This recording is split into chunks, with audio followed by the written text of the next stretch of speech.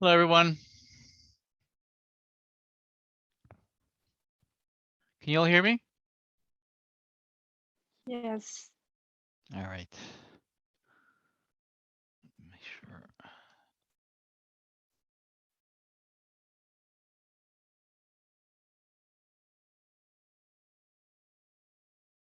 Okay.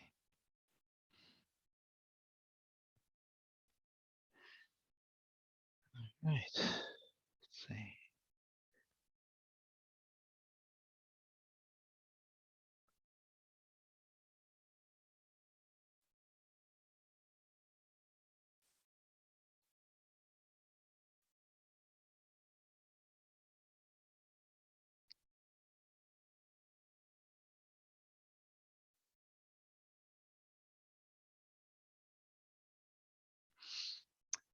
All right. Welcome back, everyone. Let's give everybody a couple more minutes to join.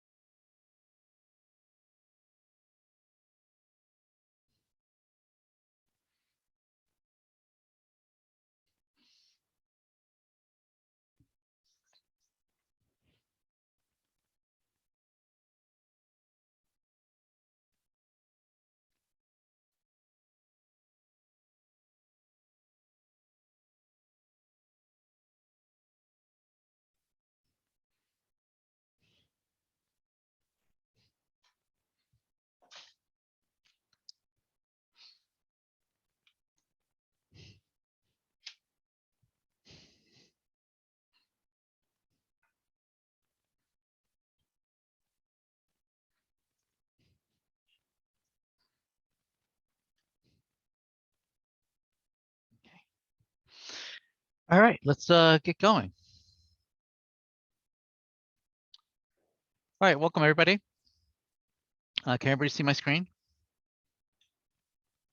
Yeah. All right. Okay. All right, so let's see. We are on our 9th week. We're wrapping that week up at the we have been mostly doing our work on using React.js, focusing mostly on implementing a client-side application where we've been using HTML, CSS, and React.js, JavaScript to dynamically render a front end. And as you've noticed, um, it's dynamic. We can interact with it and can respond to user input as we click buttons and we type the keyboard. The front end responds accordingly, right? We can add content, remove content, but if you've noticed when we refresh the screen, you do Control R, or we stop the application, we come back, we go back to square one, right? None of those changes that we had made as we interacted with the application, all that is gone, right? Because the React application really doesn't have anywhere to store the state of the application, right, for permanent storage. And I mean, we could use local store, which is an API that stores right inside of the browser, but really that doesn't count, right? We really want to have a permanent storage solution, and the only way to do that is to send that information off browser, right? Send it over to another application, which which we introduced last time we met, right? Which is basically a server, right? They can receive a request to store that information, right? And then the server can then either store it in a file or store it in a database for permanent use, right? So that later on, if the application comes back, they can ask for that information, right, and recreate the state of the application the way it was when it was stored. Okay. One of the reasons why we have that case that the React application can't store information is that for security purposes, JavaScript applications are not allowed to access the local file system, right? Because remember, the JavaScript is executable that gets downloaded from elsewhere, right? From a remote server, right? That gets downloaded onto your browser and then runs inside of your browser. And for security purposes, right, we don't allow that JavaScript to access the file system to read anything there, right? And so it has some limitations. So what we introduced last time we met was that we could have a server-side application, right, that can compensate the what you can achieve on the browser, right? And so we introduced Node.js to implement a server-side solution that can take the data and store it permanently, right? Not yet into a database. We'll do that next week. We'll introduce that in the next lecture. But for now, we're storing it inside of a server. Let's see. Yeah, I know I had a quiz here today. Actually, we're not going to have a quiz today. No quiz today. Let's just focus on finishing up the material. Okay. All right. So yeah. So we're going to be focusing on what we started discussing on Tuesday. I'm going to wrap that up. I do want to discuss the assignments, a brand new assignment, and it's all about practicing what we discussed last time. Right? It's going to give us a chance to practice the using Node.js, okay, to as a server-side solution for our React.js applications. Professor? Yes. I'm a little confused about like sort of the difference between like Redux and a server-side solution, because like let's say I have like a very, very large API, right? And I don't want it to reload every time I like click on like a graph or something like that. Like, wouldn't that be handled on like the Redux side via like an observable as opposed to like handling on the server side? Yeah, so the client side definitely maintains a copy of the state of the application inside of Redux. So as you're interacting with the application in React, you see the changes in your user interface. But if you do a refresh, right, or it times out and you close the window and then you come back tomorrow or whatnot, we need a place to be able to restore that state, right? Anything that you might have saved, unless you have a place for permanent storage, there's no way for you to put that information anywhere, right? If you close out of the window, right, and then you reopen the window and you restart the application, you're basically you've lost all your work, right? So we need a place to put that permanently. Next week we'll introduce databases, and that's really where we want to put them. We want to be able for folks to be able to log in, identify themselves, create an account, right, and then use that account to track all the information that is pertinent to that particular user, right? So I have my graphs, you have your graphs, everybody has their own graphs, and within my account, right, I have a bunch of other documents that are related to me. And then, the user interface would allow me to choose which ones I want to load, right? And then that gets loaded from a database, presumably, right? And then we display it graphically on the front end.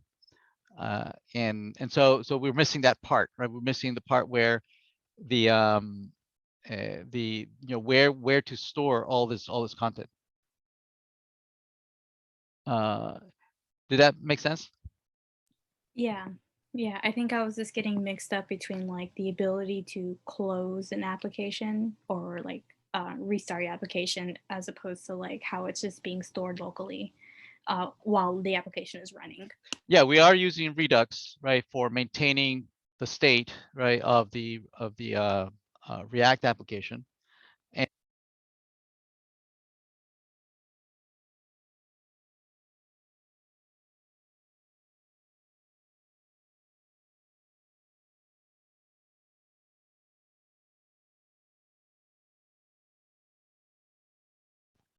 Hi, can you hear me? Yeah, we can hear you. Hello? Can you hear us? Yeah, I think it turned off on its own. What's going on here? Okay, whatever. I don't know. Yeah, so we need that piece, right? Of being able to have the client application running on React.js to make a permanent storage for permanent storage solution. Yunmeng Hang, did that help, or do you need to go over that again?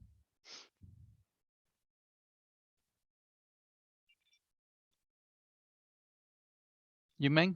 Okay. Well, I just want to make sure the quiz time. Yeah, no, we're not doing the quiz today. Yeah, we're just gonna skip this week. Okay, so yeah, let's take a look at the assignment. We are going to be using the assignment as a means of practicing this technique. Basically, what we're doing is, this is the diagram, right? The diagram is here, that we've been focusing most of our time right here in the client, right? And the client has no place to store all that information permanently, right? When you close the window, poof, it's gone, right? And you restart your React.js application, you're back to square one, right? Wherever the initial state of your variables might be, or your Redux, or any JSON file that gets downloaded, right? And that's you would start from there, okay? But the client has no mechanism by which it can keep track over time, right? In a consistent way, and so we need a mechanism that centralizes, that information and puts it in a database. So we're gonna focus this week. We're focusing on this part, the server, right? Also, for next Thursday, do we have class and the next quiz, since it's Veterans Day? Oh, when is Veterans Day? Next Thursday is Veterans Day?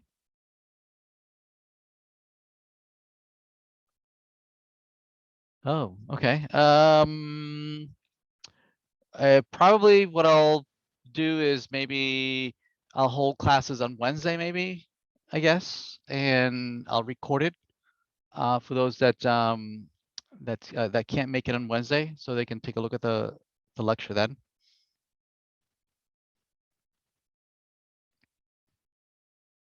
Well, I'll just probably just hold, or maybe I could just hold it Thursday if that's better for everybody. If you don't want to come, that's fine. It'll be recorded for you to take a look at it a later time. Okay. All right. So let's take a look at the assignment. So assignment number 8, as I mentioned, right, it focuses on having you practice how is it that we can create this middle tier part of the application, right? This part over here, this right here. Next week, right, the next lecture, we're going to focus on the database part, right? Being able to have the server store the information permanently in a database, right? For now, it's going to be stored in the memory of the server, right? Which also has its limitations, right? It's definitely better than not being able to store it anywhere, right? Here in the client, if you don't have anywhere to store it, if you refresh the screen or you close it, it's gone, right? At least here in the server, at least it's stored in the memory of the server. The server could also decide to just write it out to a file, right? We're not going to do that. We're going to wait for next week, right, to store it in a database as opposed to a file.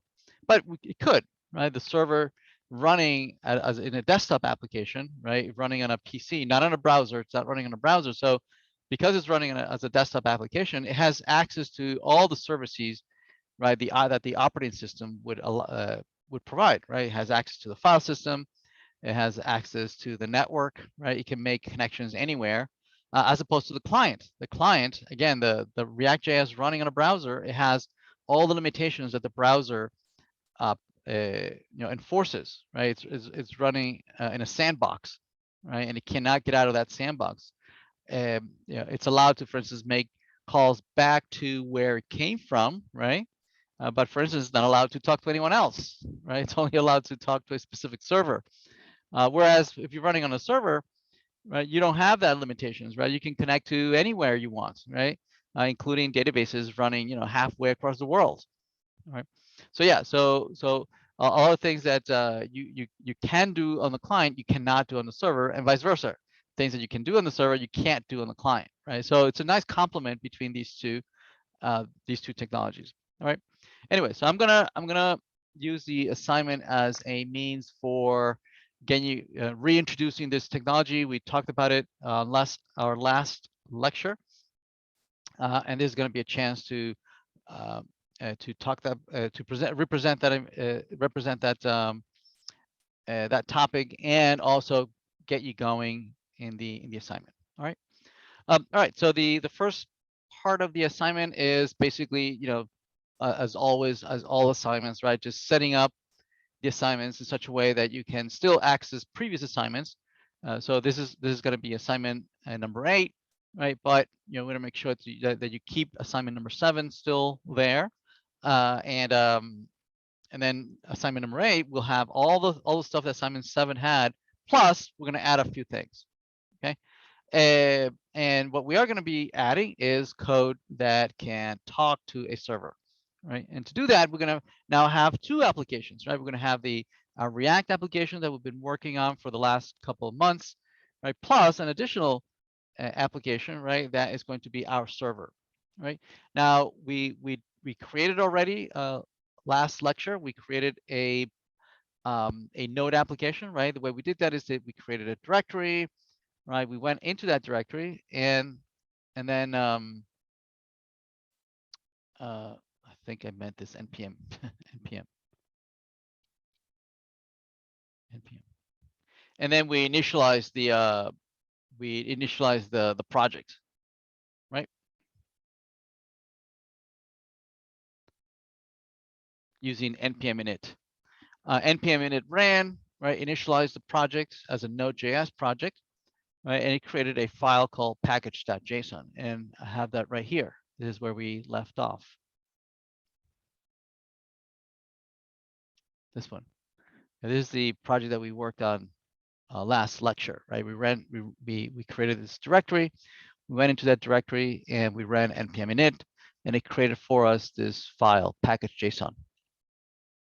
Right? This package.json describes the project, tells the name of the project, who the author is, when it was created, if it's stored in Git, all these things, right? A short description. It also includes some dependencies, right? What other libraries does this project depend on, right? That we would need to download to make sure that this application that we're creating, it runs fine, right?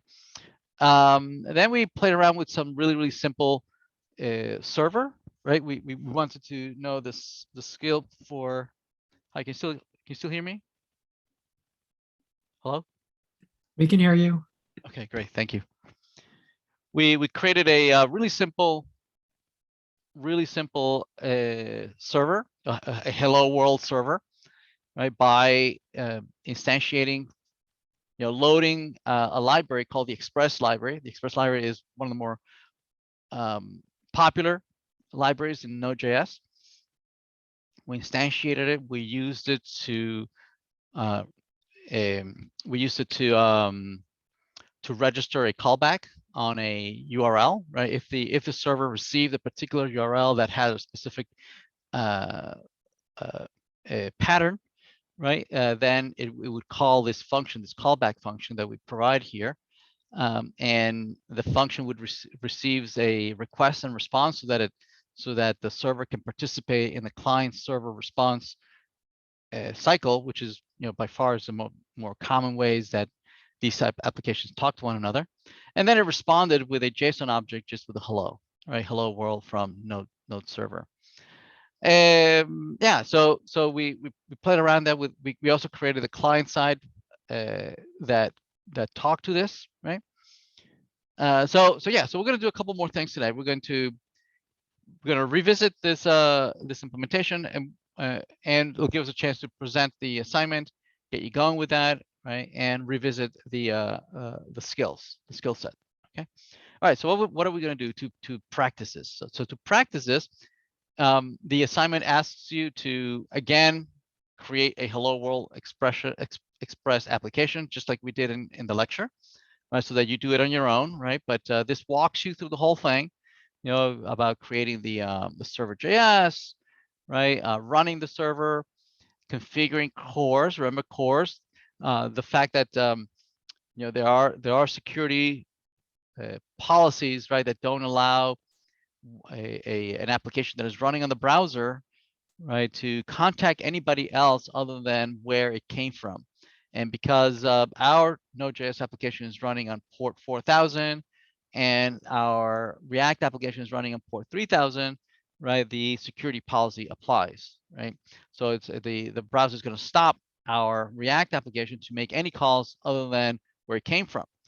So to be able to talk to our application over here, we need to configure cores, right? And we did that by adding this middle tier here. We were using app, and we're saying that for all requests that are coming in, regardless of what the URL might look like, all of them, right, intercept it and add the following headers to the response, right? So let the browser know. Basically, we're saying here, let the browser know that we're good. We're accepting everything, right? Doesn't matter from every origin, right? Star from any origins we're accepting, and they can send us, get, post, put, delete options. They can send us any types of requests, right? We're good. For now, we are opening it up for everybody. Later on, when we're going to deploy this on a server, and we're no longer going to be able to use star. Okay, well, I mean, we could use star, but for security purpose, we might want to reduce that and say, well, not everybody, only so-and-so, right? So we'll revisit that a little later. So yeah, so and then we ask you to create a little application that can talk to the hello server, right, and retrieve the message and display it locally for in the on the client side. Anyway, so we did this already on last lecture, right? Let's do something a little more involved, right? So we're going to be using a React application that is going to manage, for instance, something silly.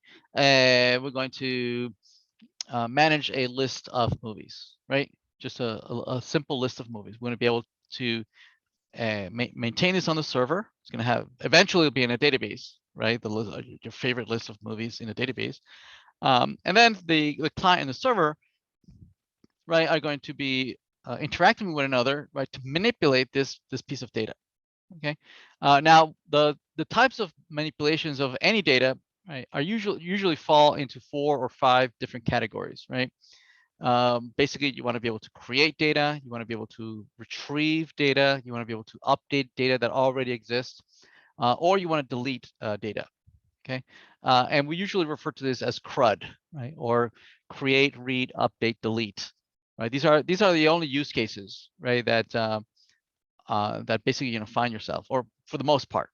Okay, and so we want to be able to learn how is it that we can create these 4 or 5 types of operation. Okay, so let's do that. Right. So first we'll let's create a really simple a server side that we can at least retrieve the data. Right. That's the simplest thing that we could do. Just see if we can retrieve the data so that we can render it on our side. Okay. So let's do that. Before we get started, any questions?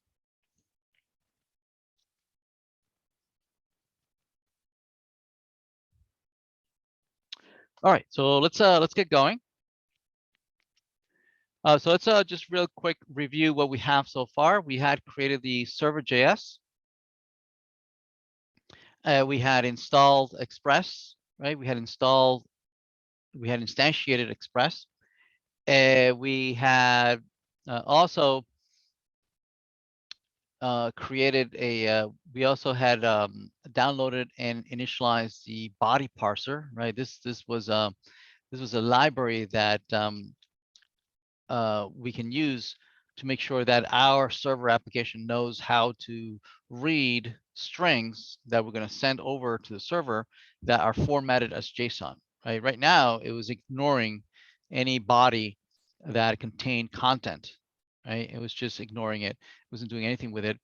So we want to be able to send the server data, format it in JSON, and the server, we need to be able to parse it. So that's what the body parser library allows us to do. We had configured course, right?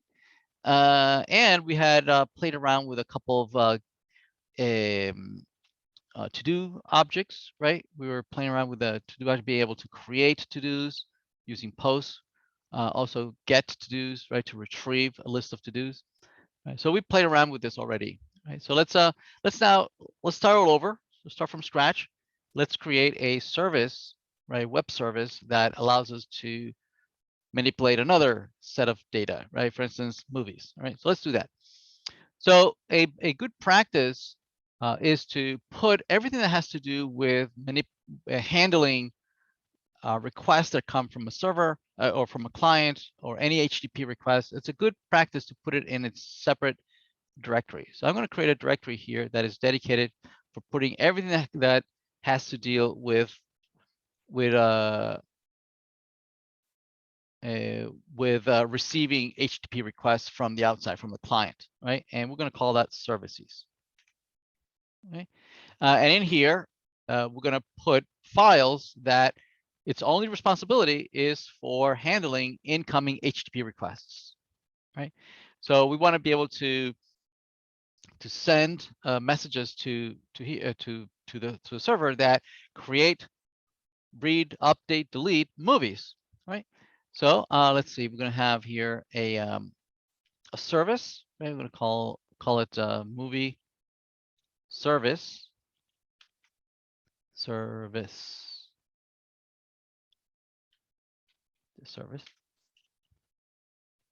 Okay.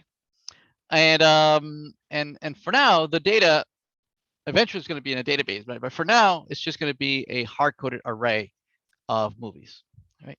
So let's just take the data that we gave you here. Right, so there's an array of movies. It could be a separate JSON file. So if we have file and you have movies.json, right? We could have just put it in here like that. And let's see, edit, fix. There we go. It's fixed, right? So 3 movies. Okay. And then from the service, we can just load it up. We can say let movies equal b require movies. There we go. Okay. All right. So we're loading the movies. We want to be able to retrieve the movies, right? So the function to retrieve movies would be something like this, right? If we get a get request, right, that looks like this, /API/movies, then we would like to be able to return these movies. You know, if an incoming get request looks like this URL, right? Then we are going to send back the movies.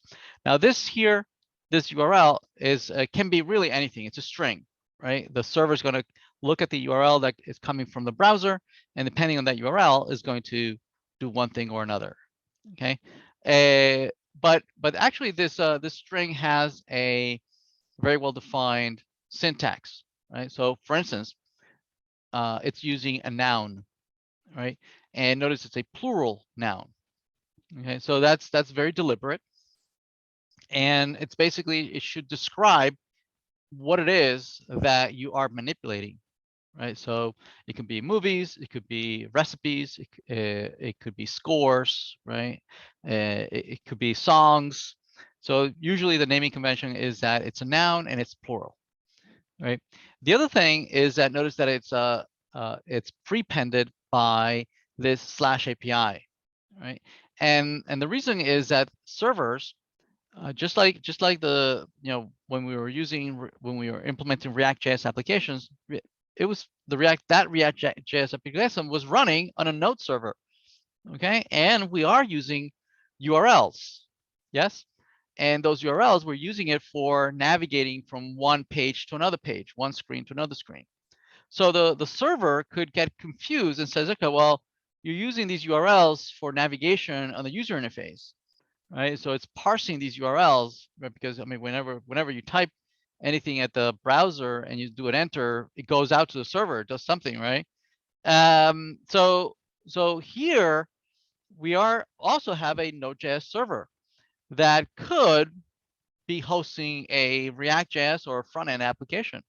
And those URLs would be typically used for navigating from one screen to another screen. But here we don't have any screens. We don't have any screens, right? So we want to follow a convention to make sure that the server knows what we're trying to do, right? Are you trying to navigate between screens? You know, if I see this URL, should I send you this page? And if you see some other URL, I send you another page. It says no, we don't want to do that. Okay, so what we're doing here is that we're following a naming convention that says that if these URLs start with a particular keyword, right, then you should interpret it not as navigation between screens, but you should interpret it as asking for data.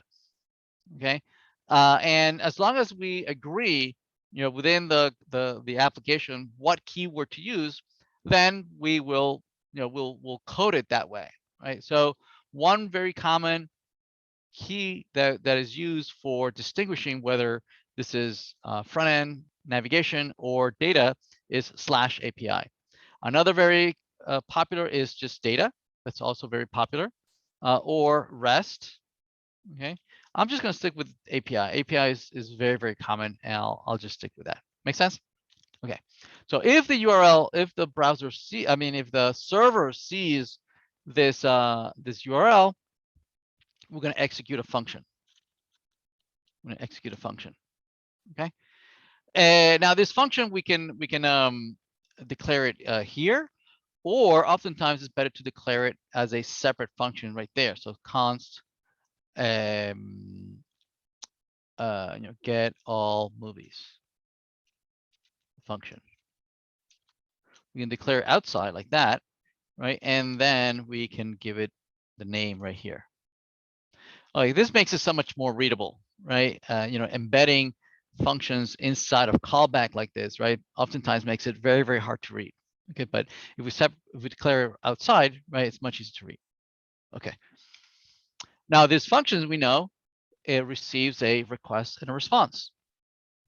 Okay, and so getting all and so the request here, we don't really need anything from the request, right? Because it's very clear what they want, right? They just want the movies. It's not that they want a specific movie, right? They just want all of them, and we can give it to them right away. We have it right here. We just loaded it from a file, and we can just respond, send back the data formatted as JSON, right? And we can just send movies, right? So this request response that this function receives allows us to participate in this cycle, right? The client sends the request, the server processes it, and then generates a response back to the client. Okay, and that's where we are right there. So this is implementing this loop, right, coming from the client, right? Okay, what else? Well, we have this app here, right? But it's nowhere declared here. It's an instance of the Express library that has this function .get, right? So how do we get it in here? Well, the way we're going to get it is that we're going to export this, right? We're going to export it as a module, as a function that can take as argument the instance app. Okay, and so now we can wrap this whole thing. We can wrap this whole thing, right, with app being passed in as an argument, and then we can use it internally to create the get handler, right? All right. So where, who uses this? I mean, this is like a standalone file, right? Remember, our entry point is going to be our server.js, where we are actually instantiating the app, right here. That's where we're going to be using it. So what we're going to do here is that we're going to bring in that services file that we just declared, right? This one right here. We're going to bring it in. We're going to import it. Require. We don't have import in Node.js, right? We're going to import services and then the movie service. And this is a function. Right, that's going to return a function. So this is loading this function right here. So this here, this require returns that function right there. Okay, so we can pass it into a constant or a variable, and we're gonna call it maybe movie service, which is basically what. So now movie service is tied to this function, right? And so now we can just use that function and pass it app. Once we pass it app, this gets called.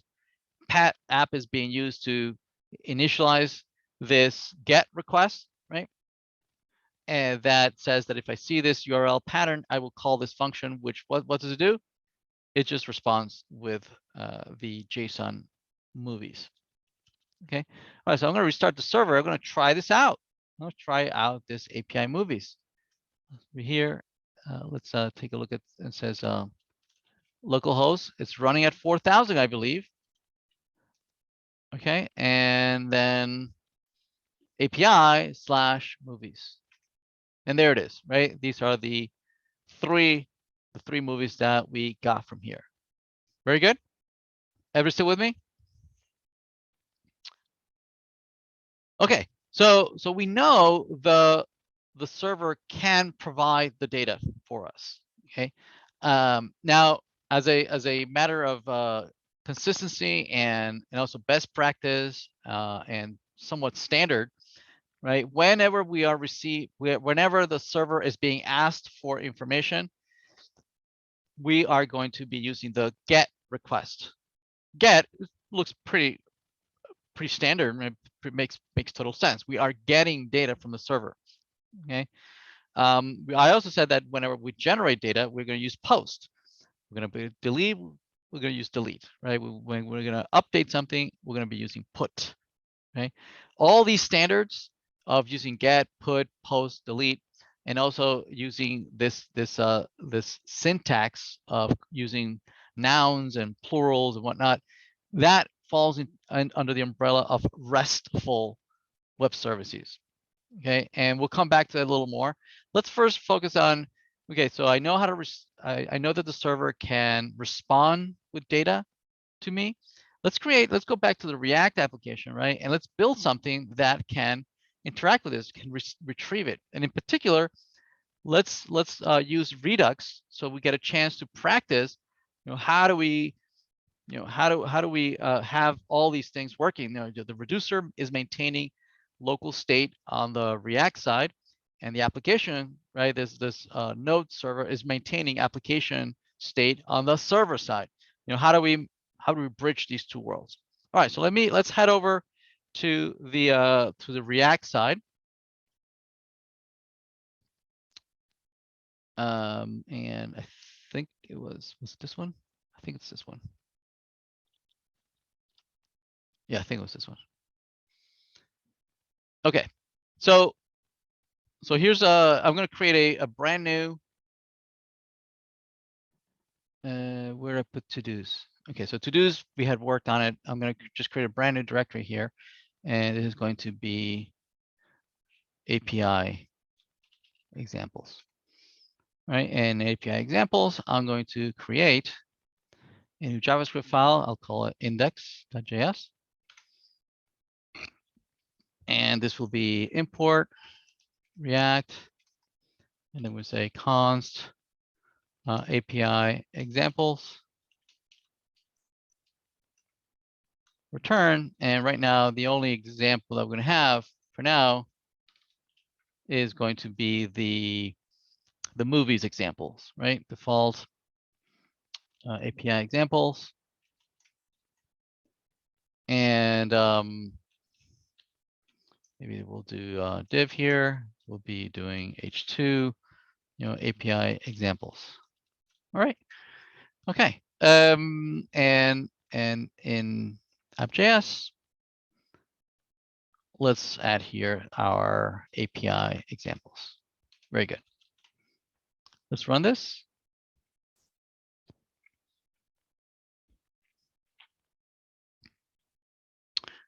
Okay, there's under here, we're going to put our API examples. I guess we can make it an H1. All right. All right, so let's focus on see if we can retrieve data from the server, right? Okay, so let's under here, let's create a JavaScript. We'll call it movie API client. Right, I'm going to say import React const movie API client return, and we're going to do export default movie. There we go. And this is going to be div h2 movie API client. And we'll put that in our examples. Movie API client. Okay. So there we have it. So we have our API examples and we have our movie API client. Everybody good? All right. Okay. So how do we fetch data from our from here? Right. We have this. This is a client, and we have the server here that is listening for this API movies, and we just tested already that it works. Right. That if we generate this URL, we can retrieve data. Okay. So how do we do that? Well, in here, we need to be able to invoke this URL. Right? We have the URL, right?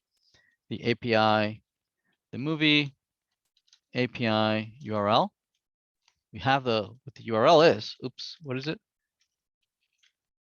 There we go. We have the URL. So how do we do that? Right? We know, I believe we know, right, that we can do the following. We can say fetch. We say movie API URL. Correct? Let's see if that's true. If we go back, there's our API example, right? If we inspect and look at the network and you refresh, you'll notice that there it is. See that? Here it is that, every time you refresh, we are generating that URL programmatically. And the server is responding with those 3 movies. So we know we can do that, right? It's generating. Now, what do we do to retrieve it? Unfortunately, you can't just do this. Just say, movies. That would be great if you could do that.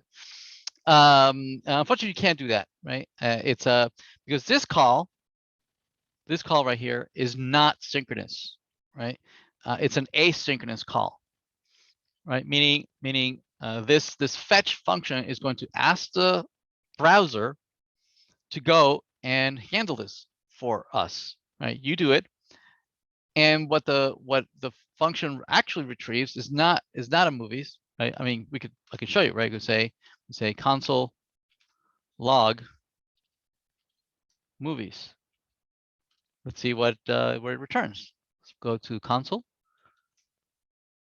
and there it is. So line 8 right here, right? Line 8. It displayed this right here. See that? It returns a promise, not the movies, unfortunately. Okay. And what the promise is, it says, hey, I'm working on it, right? I went to go fetch it, right? Hold on, right? You go do something else. I promise to bring you back this information that you just asked for, right? Leave me your number, and I'll call you back when I'm done. When the server comes back, I'll let you know. Go do other stuff. Go do other stuff. You just let me know where I can let you know. Okay. So really, what this receives is a promise. It receives a promise. Okay. So what does the promise allows us to do? Well, the promise kind of says, okay, well, I promise you that I will go fetch this for you. And once I have it, then I will let you know. Leave me your number, I'll call you back. And then I will call you back with the data. So promise provides a function called then, right, where you can leave a callback. You can leave a callback. And so the promises to call this callback once the response comes back from the server. And it will call your callback, passing you the response that came back from the server. So it will pass you the response. It passes the response, right? And then you can do whatever you want with the response, right? Now we can just print out the response. We can print out the response and say console log response. Okay, so there it is. There's the response on line 9, right? Line 9 right here, line 9. And what's in the response? Well, there's headers. They're coming back from the server. Actually, these headers are the ones that says that we allow get, put, delete, all that, cookies, anything other stuff. Says that the status was okay, 200. And notice the body here. See that body? That's where the data actually is. The array, right, that comes from the server, it's actually inside of that body. So, but when you open it up, it says, "Ooh, what's in there?" Oh, look at that! It's a readable stream. It's a readable stream. That means that the data that's coming back from the server is being streamed character by character, bit by bit. We need to reconstitute all those bits and bytes back into a JSON object. We know it's an array, right, of movies, but the way it's being sent over is as bit by bit. Okay. So how do we handle this? Right? Well, it happens to be we can do response.json. Okay, if we do response.json, that response.json is a mechanism that we can use to start collating all those streams, all those characters back into its original JSON object. Right now, if we do a console.log JSON, let's see what that does. Okay, so line 11, there's line 11. Oh no, another promise. Another promise. Okay, and it says, okay, I know that I can consume this. I just give me a minute. All right, I'm putting together the stream, and I know it's an array of 3 elements. There it is. Okay, I've collected, but it's inside a promise. Right, it has a whole bunch of other stuff here. It has the promise, the status that is fulfilled, blah blah blah, right? And it has the data in there. Okay, so here we can't yet get the data. Notice that we can't, it's a promise result. We can't even retrieve that, right? And the way we retrieve it is as follows, right? We don't do the console. We do a return JSON, and we can assign this to the to another promise, because this JSON, right, is itself a promise, right? So it's a second promise. It's a second promise, right? So now that we have the second promise, again, what does the promise do? It says, hey, I'm working on this, right? What am I doing? I'm parsing this as I go, right? Give me your number and I'll call you back when I'm done parsing this. Okay, right? So that when it's done, I will call you back at this callback, right? And actually give you the data, the final data. I'll give you the data, and then you can do whatever you want with it. Okay, so the actual data, we know, hopefully, it is the actual movies, right? And then we can presumably do console log movies. Okay. And indeed, there they are. There they are. We're printing finally on line 15. We actually have the movies that came back from the server. Okay. That makes sense. I know it's a lot of, I know it's quite a bit of code, right? It's actually not that bad, right? It's actually not that bad. We can rewrite this in just 2 lines of code, right? I'm breaking it out for you, just to let you know what's going on, right? There are 2 promises. One is the first promise is to let you know that I'm busy. I'm talking to the server. The server is, I'm waiting for the server to come back. Finally get the response, and the response contains a stream that I need to, again, right, wait and collate all that data. So I'll give you a second promise, as I consume that data and recreate it into data. And then finally, I will let you know what the data is, right? So let me rewrite this again, much more concise, right? Let me rewrite this. I'm just going to comment this out. Right, I'm going to rewrite it the same way. So it's fetch, right, the movie URL. Yes. Now this, what does fetch return? A promise that has what function? Then, right? And what does that function do? Right? It notifies us by calling a function that contains the response, right, as an argument, and we're just going to do response.json. Yes? Which returns what? Another promise, which we are going to parse, right? We're going to wait for it. Well, not wait for it, but we're going to register a callback, which is going to give us back what? The actual movies, right? And then here we just do console.log movies. Get it? So all this mumbo jumbo is really just these 3 lines of code, right? But I originally broke it out just to tell you what's going on in each one of these. Okay. Why we are doing this? Can't we just call? Yeah, no. Res body. Yeah, no. We need to parse it out using these promises. You can do that on the server. On the server, yes, you can. It's right inside of the request, already parsed out. Okay. All right. Yeah, and you saw that rest.body actually contains a stream, right? It's not the actual data. Response.body contains a stream, right? Not the actual data. All right. So finally, notice that indeed we are receiving the data right here. So these 3 lines of code, right, are a much more concise.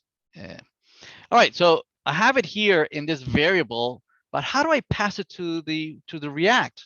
How do I render it here? I don't have a variable movies. Okay, and it's not like I could do this, right?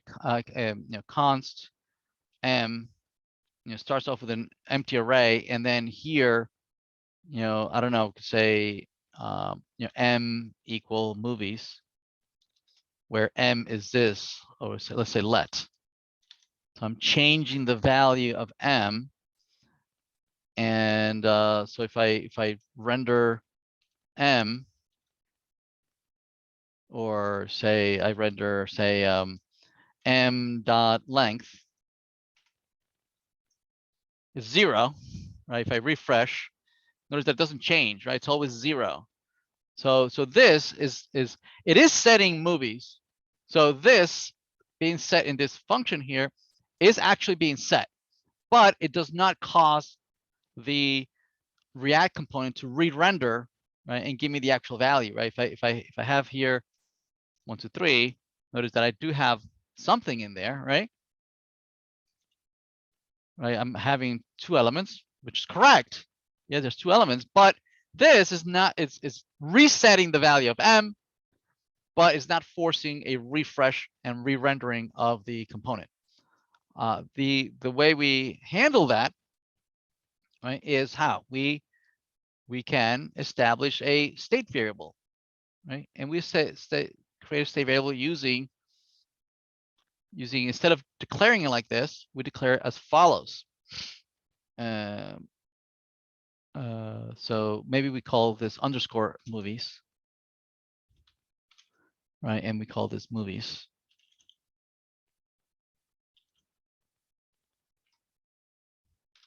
Like that, right?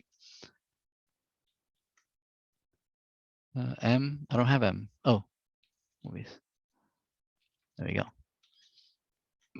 Okay, 2. All right, so instead of declaring it like this, right, we could instead do this, do the following. Comment this out. We say const movies set movies using the local. Could I repeat what? I'm sorry, Juan. Repeat what? Why we use state instead of the other thing? Yeah, so we just saw that we can change the local variable. We can set the local variable, but even if we change it, right, it does not force the component to re-render, right? So instead, we need to maintain a state variable that will cause the re-rendering of the component. Okay, so how do we do this? So we first are going to initialize it using use state, right, as an empty array. It's an empty array. So now movies is an empty array, and assignment to constant. Oh yeah. So here, instead of using this, we could use a set movies. So we use set movies. So set movies. Okay. All right. Notice that this time around, notice that it says 3. Okay. So that's actually more. Right. It's hopeful, right? It's actually 3 now, right? Because we're setting the movies, and so this is a state variable. It's a local state variable that if the state of that variable changes, it does notify the component to re-render itself, right? So a state variable, a local state variable, if it changes state, it does force the component to re-render, right? So for instance, now we can render it using ul say as a list group and rendering as a map. We can say movies dot map, and here we have each one of the movies. We're going to render a line item for each one of these. Line item class list group item, and this would be movie dot title, I think. And there they are. There are aliens, Terminator, and Avatar. Could we use Redux for this too? Of course. Yes. Let me show you how to do it with Redux. We'll do that in a minute. We want this info in many. Why put underscore before movies? You mean here this underscore? Oh, because we already have a variable called movies, and I didn't want to reuse a variable that was already taken. I guess I could have done M and M like that. Right. Why the number of some info keeps increasing? Why the number of some info keeps increasing? Not sure what you mean. The number in the console.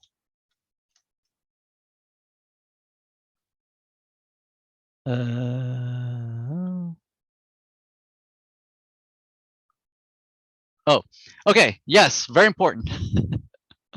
Very important. Let me stop that.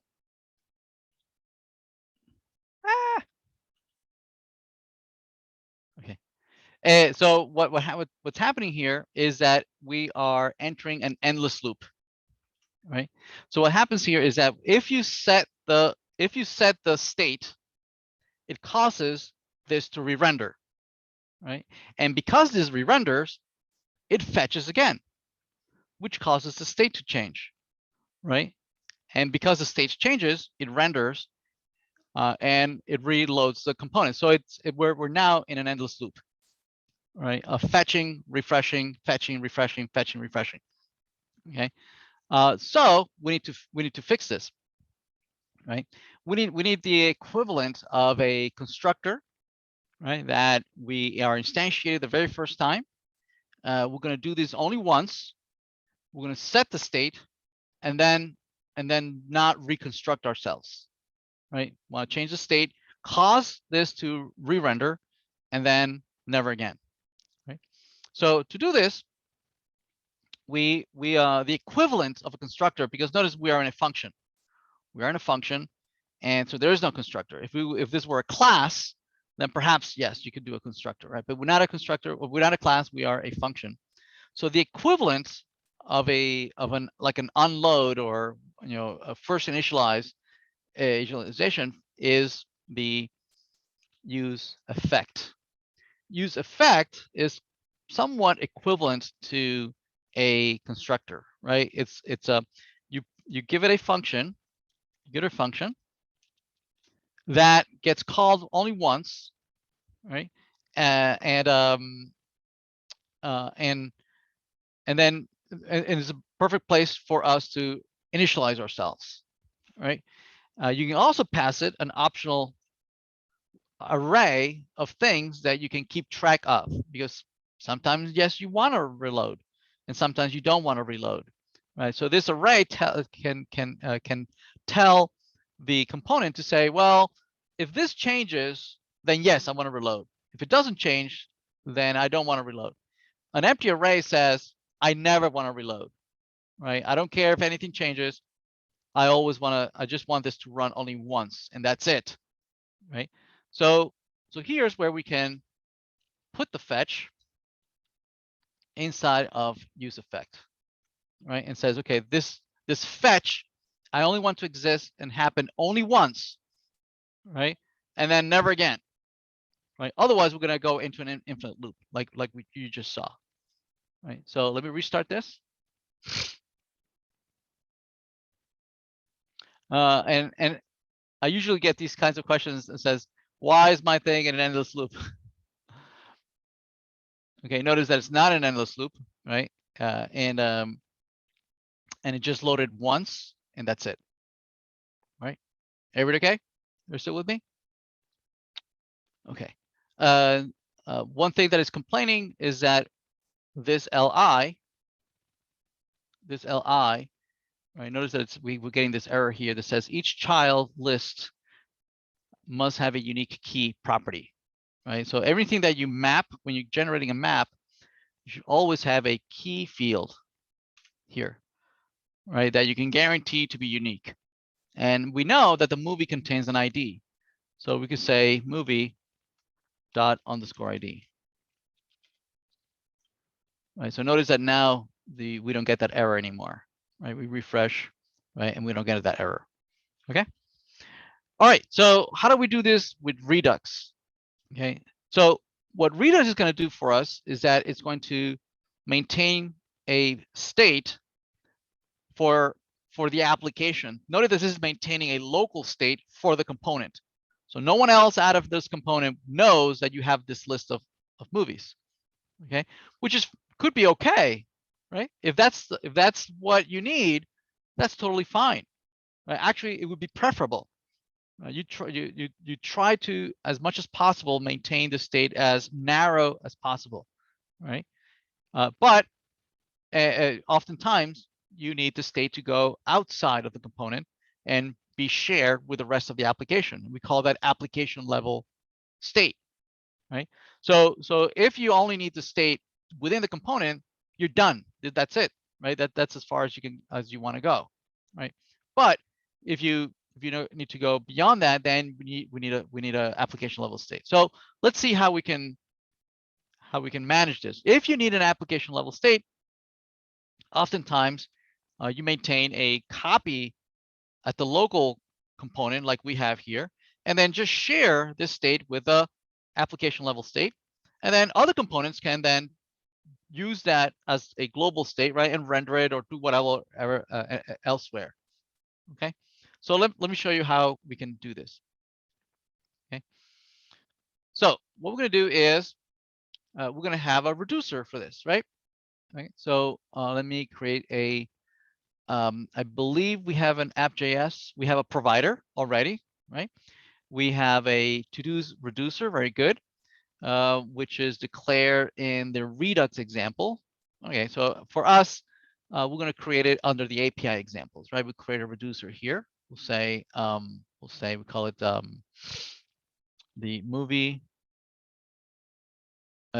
movies reducer. Okay, and so here we're going to do const movies reducer. It's going to have a state. Okay, and state is maybe an array, an empty array of movies, and action. Okay, and we're going to export this, and this is going to have a switch, and the action type. You never forget the default is to always just return the state. In this case, the state is just the array. Are we good? All right. Okay, so what we need to do is to connect this to, to connect this with this here somehow, right? We need to connect these two things. How do we do that? All right, so first of all, we already have a reducer, the to-dos reducer, right? And we already have a create store. So let's mix and match these two. We'll say const. Let's load the reducer for our brand new reducer we just created. This is the what do you call it? Movies reducer. There we go. We're going to merge the to-do reducer, right, with the. We're going to combine the to-do and the movie reducer into one single reducer. So const reducer equal combine reducers, right, into one, and we'll say that the movies is the movies reducer, and the other one is the to-dos is the to-do reducer. To-dos reducer. There we go. And then we're going to give one reducer to the store. Now this might break our to-do, right? I think it's going to break our to-dos. Yeah, it broke our to-dos. That's fine. That's easy. I think we can fix it real quick if we go into to-dos. To-dos is expecting to retrieve from to-dos like that, right? Because it was the only thing in there. Okay. But now it's inside of state. So we have a state here, and this is state.todos. Let's see. Okay, there we go. Back in business. Right, because now to-dos is a substate, right? Before it was the only thing in the state, right? But now it's only part of the state. Okay. All right. Okay, excellent. So we have the app. Now we have the movies, which really there's nothing in it, right? It just says empty array. That's the empty array. So somehow we need to send the to-dos that we fetch from the server, send them here, which we know how to do, right? We have the dispatch. The dispatch is how we can invoke this function. So where can we do that? Well, the best place to do that, right, is right here. There's our fetch. There's our fetch, right? We have the movies right here. We just need to send them over to the reducer. We know how to do that. We can just get a hold of the dispatcher, right? So we can say dispatch, use dispatch. Here we go. Maybe over here. And right here, instead of just sending the movies locally over here, right? We can say, well, not only send them here, right? Also notify the dispatcher. Say, dispatcher, I'm going to send you an event. And the event is going to say, type, maybe, fetch movies. Okay, that was the event. We fetched the movies, right? And I can pass you the data. You can say M, movies is M. Okay. Then in the reducer, I can receive that here. I can say case fetch movies. So now our state, I'm just going to return that the current state is just basically, right, the movies in the action. That is my current state. The current array, right, is what came from the server. Okay. So what this is going to do is going to set it in the state, and whoever wants it can display it. Anybody who's under that tree can extract this movies, including the to-dos list, right? The to-dos, right? If I go back to the to-dos, which is what makes this great, right? Anybody in the tree, right? Anybody inside the provider, including the to-dos, can extract whatever they want. Right? They can say, I can extract the movies from here. I can say const movies. Use selector state. State.movies. Right? And here in the to-dos, I can say how many movies are there?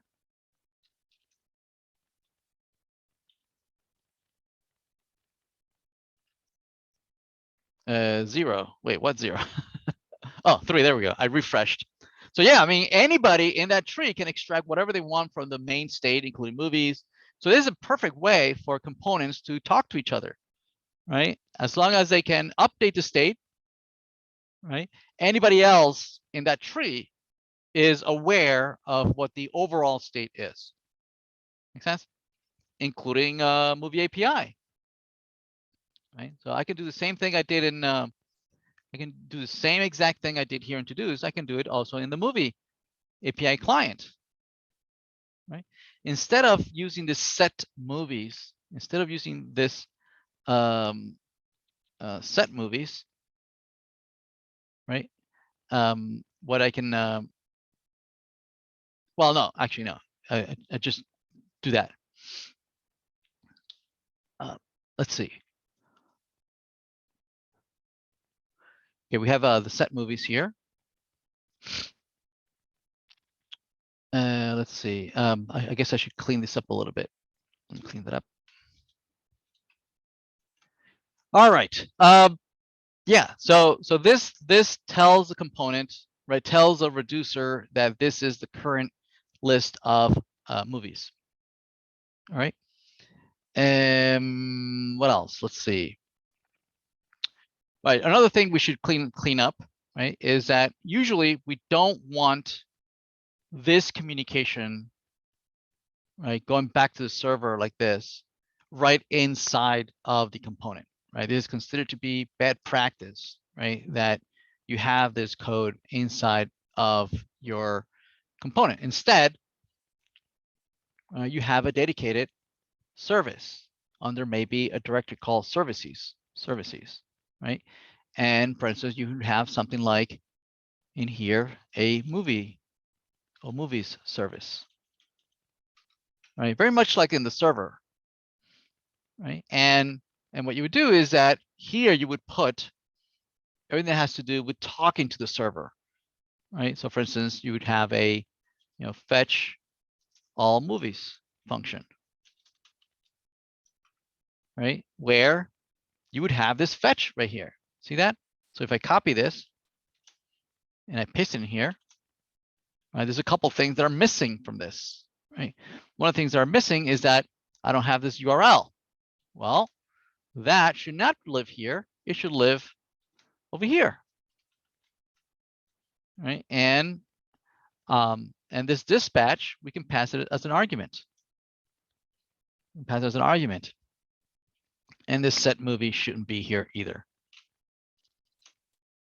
Okay.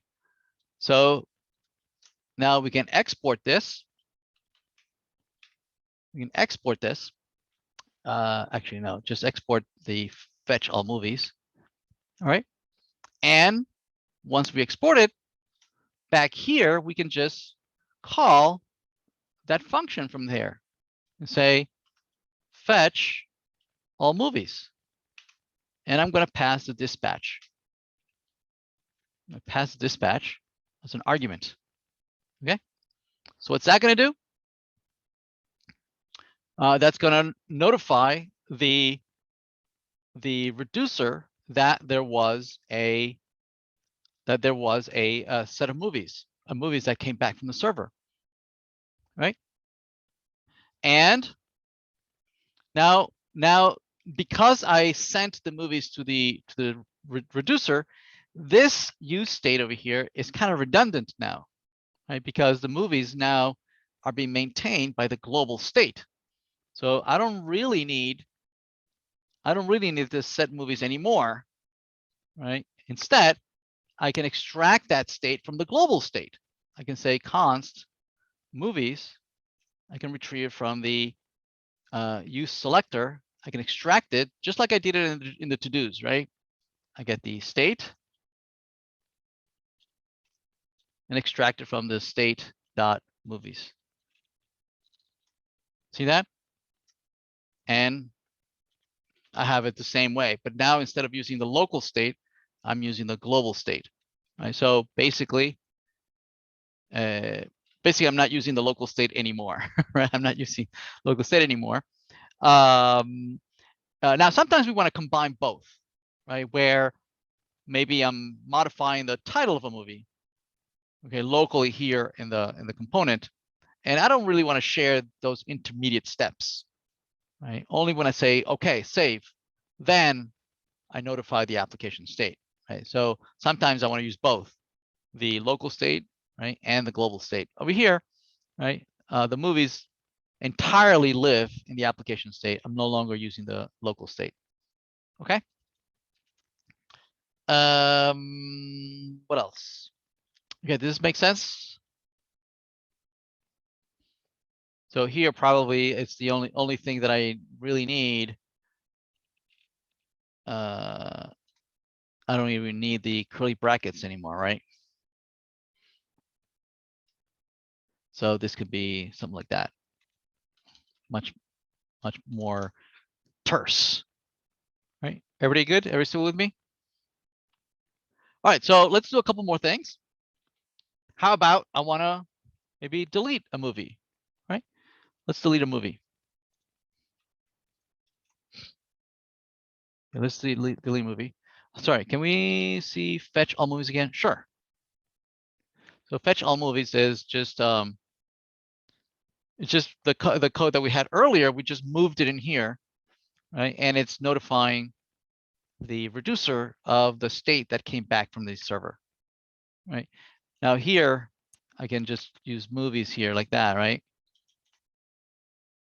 Right, because this is a variable of the function, and this is just an attribute, right? And what can I do here? Because this is the attribute property name and the value have the same name. What can I do there? I can just do this, right? Right, the property name and the value have the same name. I can collapse them into just movies. Okay. All right, and this still works. Can we create a new dispatch, or we have to pass it in as? Yeah, no. This gets created. You should only create that one dispatch per component. Each component can create its own dispatch. Okay, like we did here, and then pass that dispatch around. Yeah.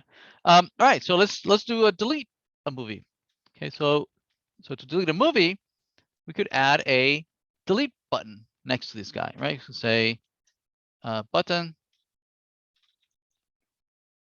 delete, and there it is, delete. And maybe we can paint it, class name equal button danger. Oh, I don't think I have a Bootstrap installed anyway.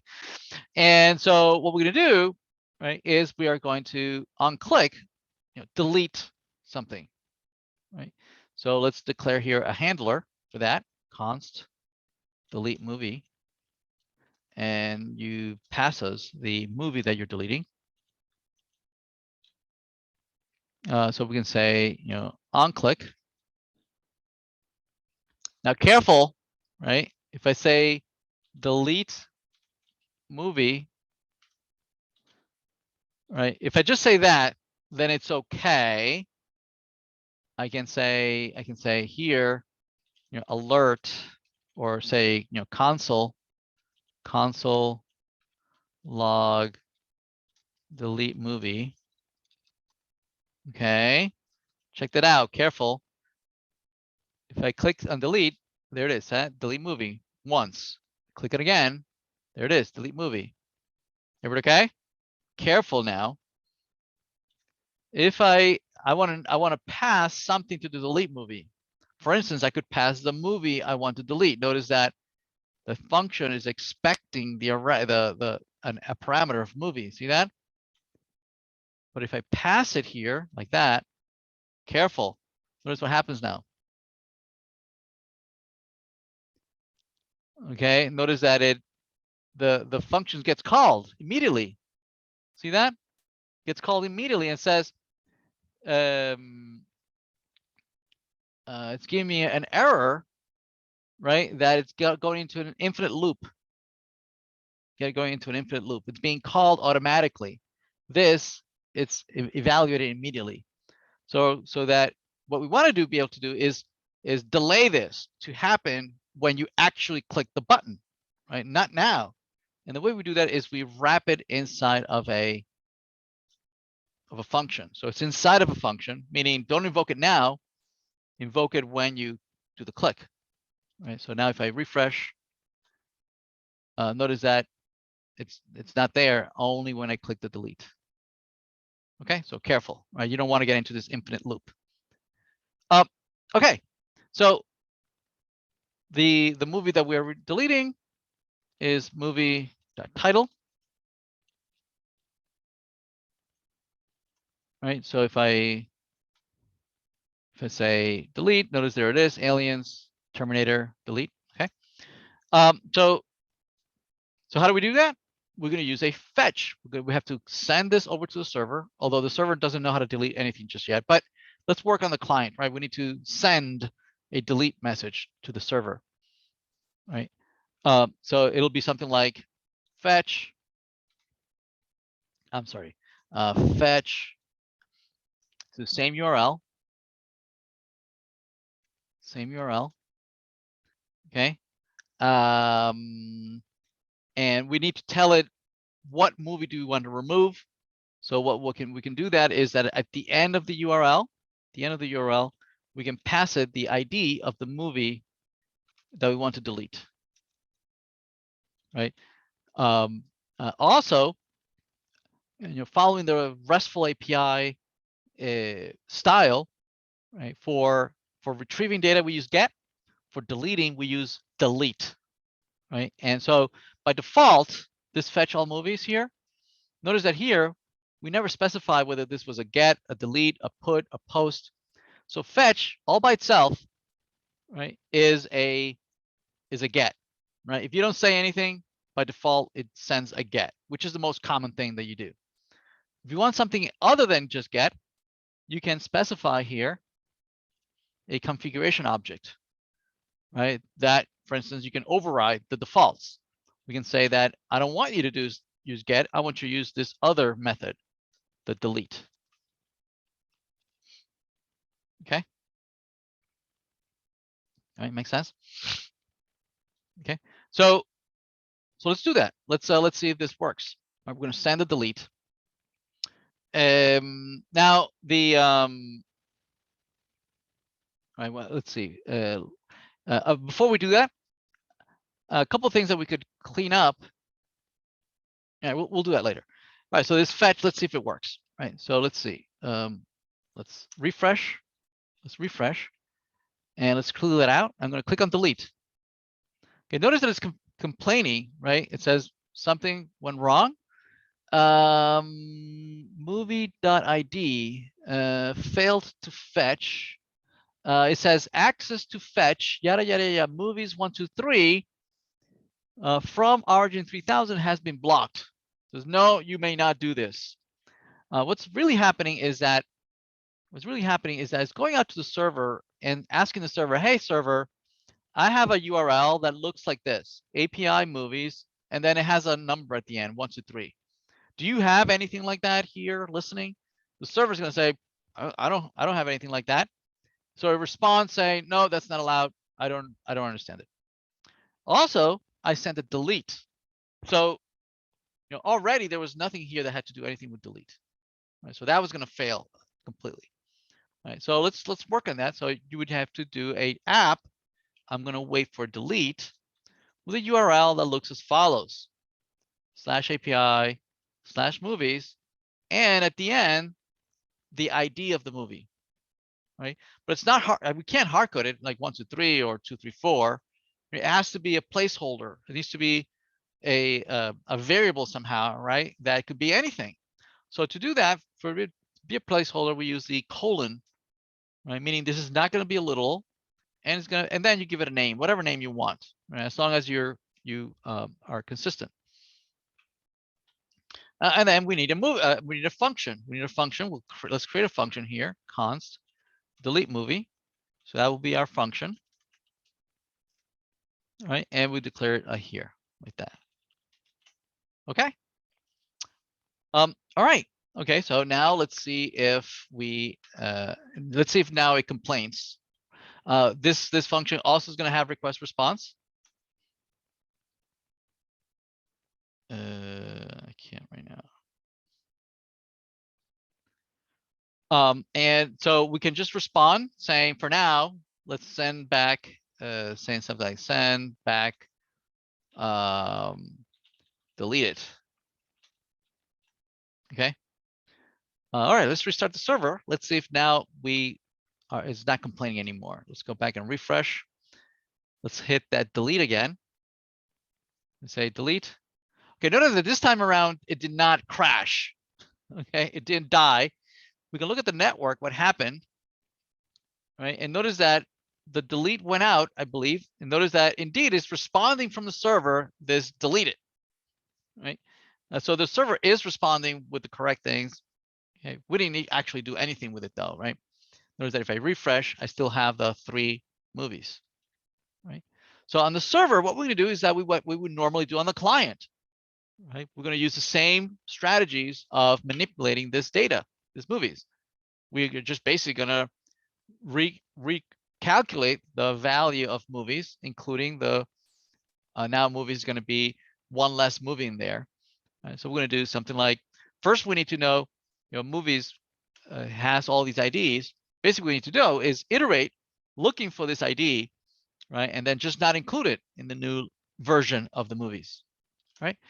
But we need to compare it against the movie ID that's coming from the client. We need to extract this ID. So let's do that. We'll do const the MID, the movie ID.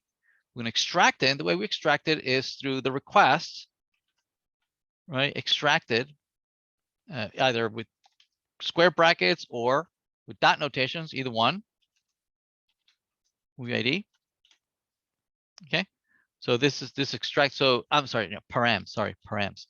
Params inside of the request, right? We have several things that have been parsed out from the request that came back from the client, including the set of parameters, right, that are included in the path, right, which includes movie ID that's in the path.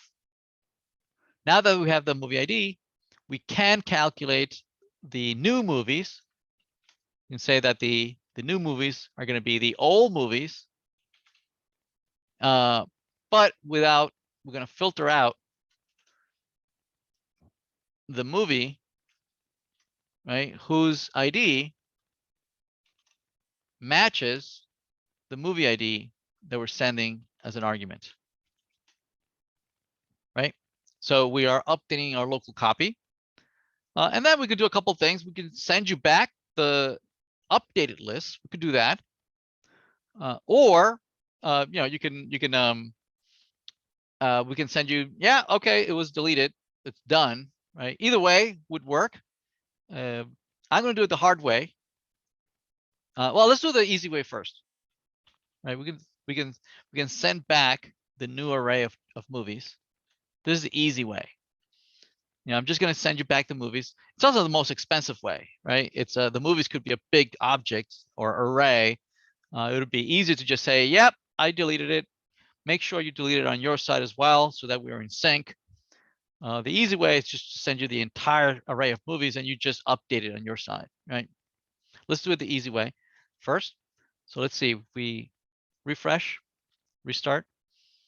And here, if I refresh here, and we do click on Terminator, okay, notice that here's comes back with, oh, it returns with one object, the only one. I think I have it backwards, my logic.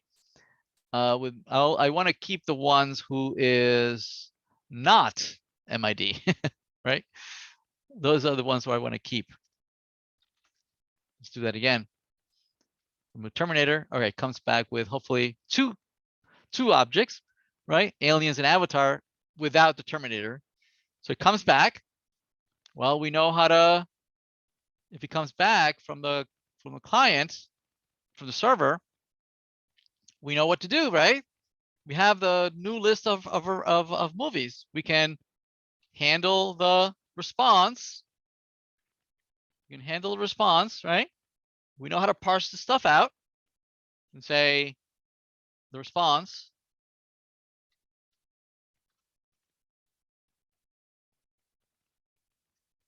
Right?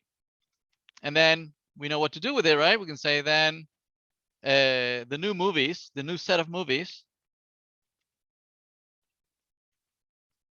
And then we can just notify the dispatcher, right? We can say dispatch and just let them know, hey, somebody deleted a movie, right? Here are the new movies.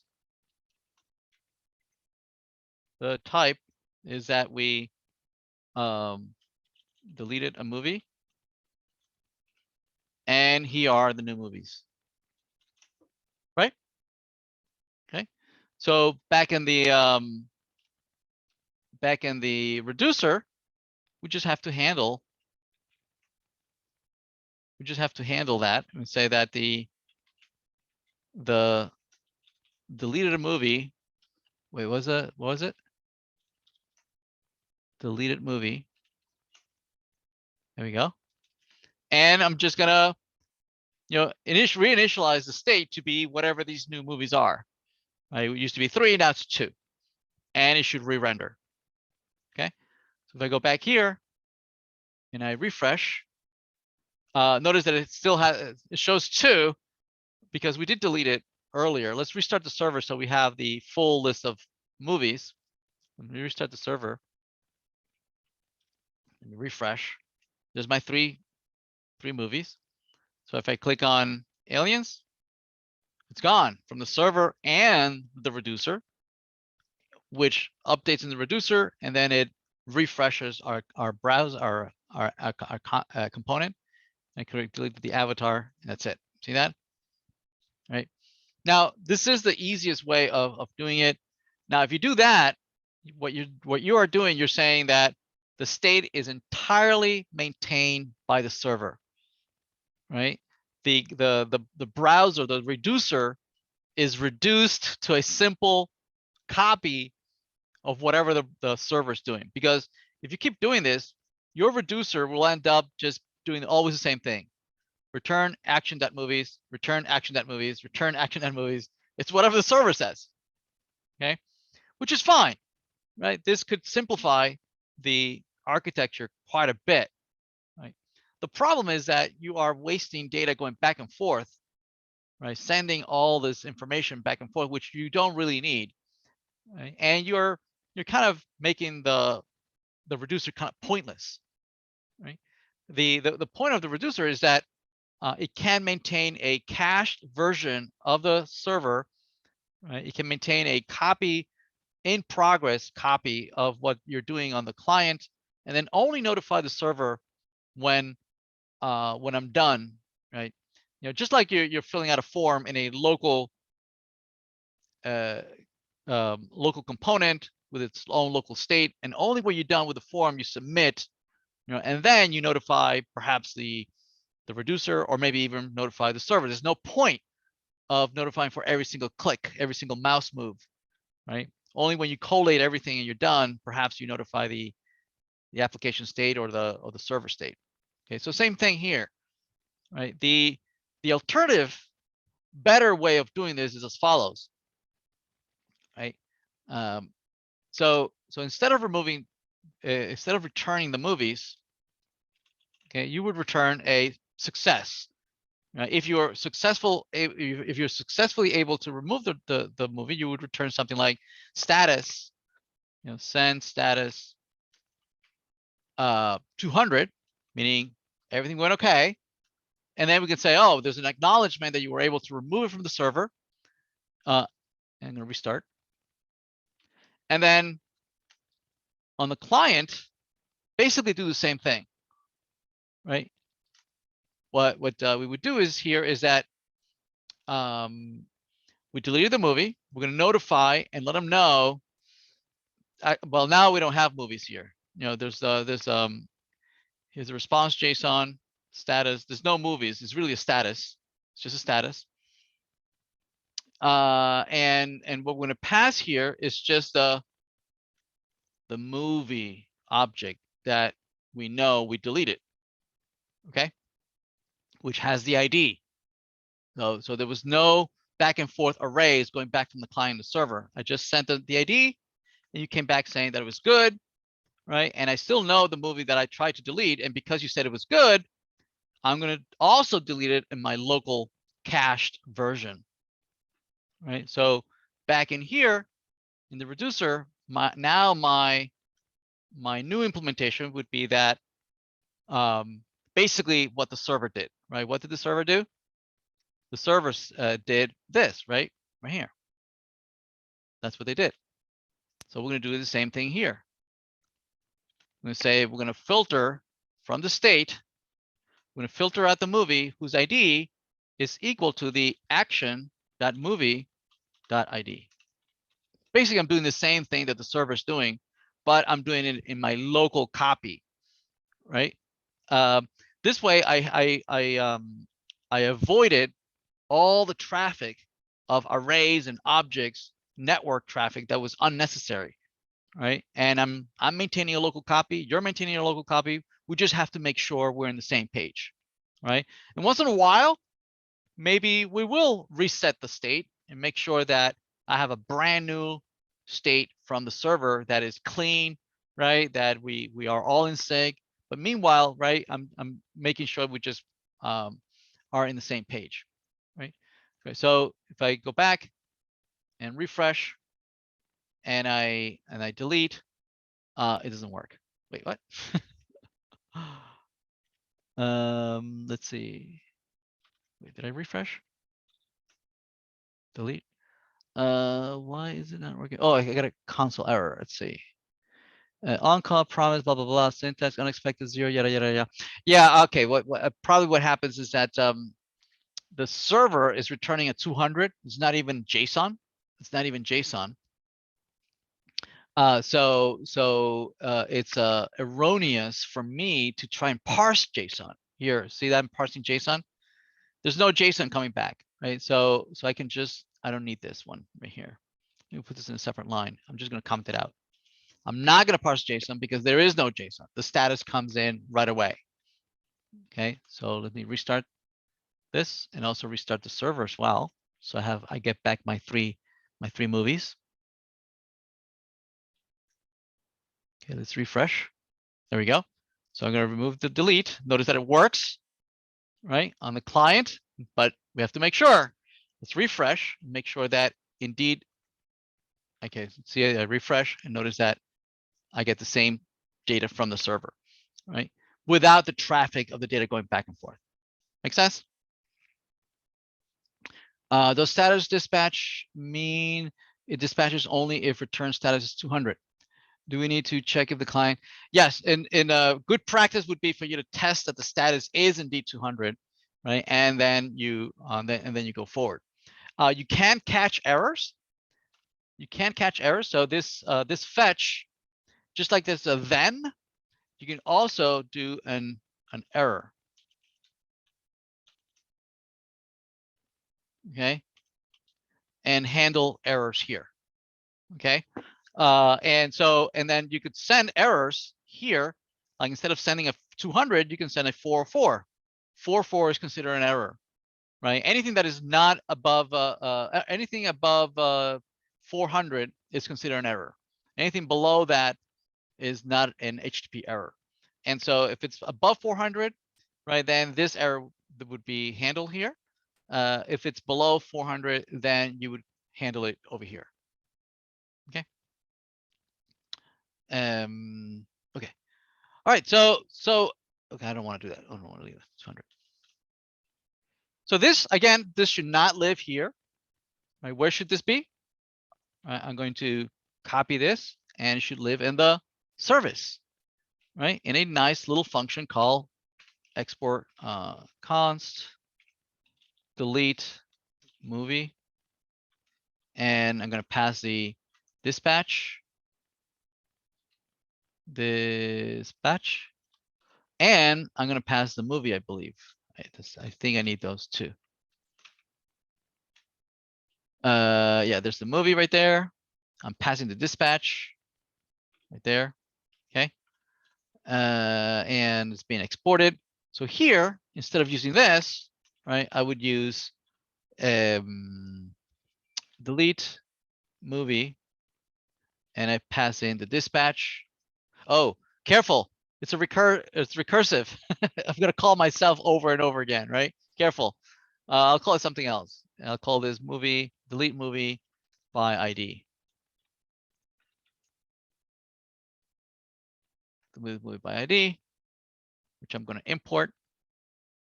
I'm gonna pass in the dispatch. And what else does it need? It'll need the actual movie. Pass in the movie. There we go. Okay. All right, that should work. There we go. Let's let me refresh, see if this still works. Let me restart the server. Let's refresh those three movies. Okay, that's still up. Errors not found. Oh, okay. Yeah, it wasn't being invoked.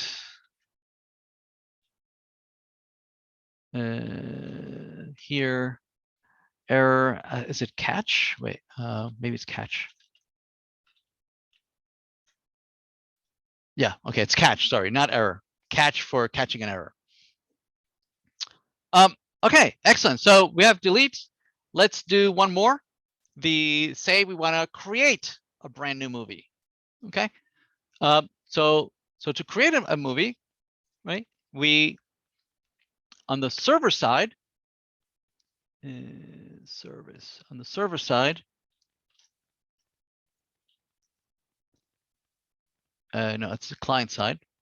On the server side, we handle create again following RESTful APIs. Right? We use post to do that. Right? So to create, we use post. We send a post. And again, the standard is that they all start with API. All use the plural noun movies, right? If you want to talk about a specific movie or specific instance, then you also provide the ID, right? For post, you post to the movies, right? And this is going to say create movie. And the creation of a movie, the standard is to pass the actual data that you want to create as part of the body, embedded inside of the body. All right, so we're going to have create movie here. We have request response. and we extract the new movie from the body. Again, over here we don't need promises. It's already parsed out. It gives you right away what the data is inside of the body, right? That's why we loaded that body parser library earlier, right? And basically what we do is that we're going to recalculate the list of movies. It's going to be the old set of movies, right? Plus the new movie at the end, basically, right? And then we just respond. Again, here we could do the easy way out would be just to send back the new list of movies, right? And in the reducer, the only thing you would do is just respond with a new state would be just the action.movies. Boom, you're done, right? But again, that's not a good practice. Instead, right? I mean, that would be wasting network traffic, passing data around. Instead, we are going to respond with a status 200, saying we're good. We were able to add it. Let's restart. And so here in the back on the client side, we are going to. I'm just going to copy this. Right. I'm going to and I'll call it create movie. Right. Or maybe post movie. I'm going to post the movie. And we'll need a dispatch. We'll need the actual movie that we're posting. And so here's the movie URL. Remember that by default, this is going to do a fetch. We don't want to fetch. We're going to do a post. Right. So the method is a post. Right. Also, now we have to send data across. I need to send you the data. And I need to send it to you in a string. It has to be in the format of a string. Right. So the way we do that is that we're going to put in the body. Right. We're going to put the stringified version of movies. So we're going to use JSON.stringify to convert the movie that used to be JSON or is JSON. We convert it into a string version. Right. And now we need to tell the server, hey, how to interpret this string, because this string could be anything. It could be HTML. It could be just plain text, right? It could be XML. It could be whatever, right? It could be a CSV file. So we need to tell it how should it interpret that text. And the way we do that is that in the headers, we can pass in the MIME type, the attachment type, right? Whenever you attach a document, right? When you upload something, right? It needs to know what are you sending me? Is it a PowerPoint slide? Is it an Excel spreadsheet? What is it? Is it an image? Right? So the way we do that is that we use a header called content type. This is standard content type. And the content type that to specify that this is a JSON object is application/JSON. Again, this is a standard, right? It's a international standard. Okay. So now the server is going to know, okay, this is a string. I know how to parse a string. I'll use body parser to extract that from the server. And it's going to come back with a 200. So there's no JSON for me to parse. So I'm going to comment that out. And then I'm going to notify the dispatcher that there was a brand new movie. I created a movie. Okay. And the movie that I created is this movie over here. There it is. I created that movie, right? That I got it from the UI.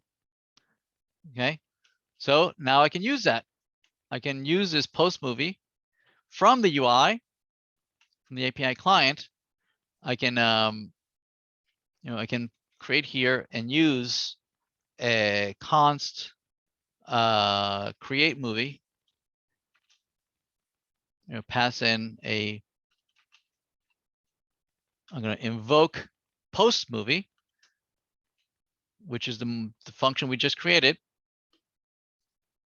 I'm going to insert it. I'm going to pass you the dispatch. I'll pass you a movie object.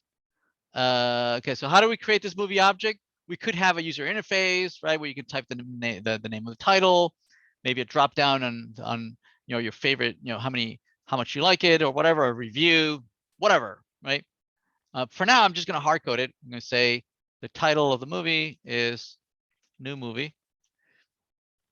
Okay, maybe I can concatenate some identifier. We'll say something like new date dot get time, and stars, or what is it, rating? What is it? Rating. So rating, give them a 3, right? And maybe the ID, right, is going to be this unique identifier. Okay. So how do we create this movie? Right? Maybe there's be a plus sign here. Maybe a button that has a plus sign that on click, it calls create movie. Okay, something like that. So if we go back to the client over here, notice it's a plus sign. Let's refresh. We have the 3 movies. We say plus. Let's look at the inspector. So a console, see network. Right, we say plus. Okay, so it added. Looks like it added. It came back with an OK. We sent it. There's the post. You can see the data that we sent over. Right, new movie with some bogus ID. With the ID, notice that if we refresh, if we let's run it a couple more times. Okay, if I refresh the screen, notice that it went out to fetch them, and indeed they are being added.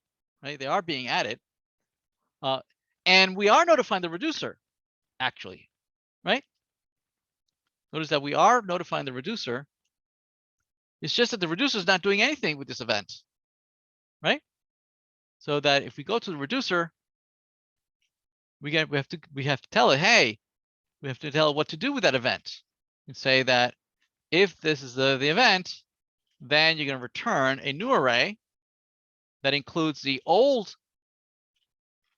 Going to include the old movies plus the movie that I'm passing you, right? From the UI, right? So let's refresh.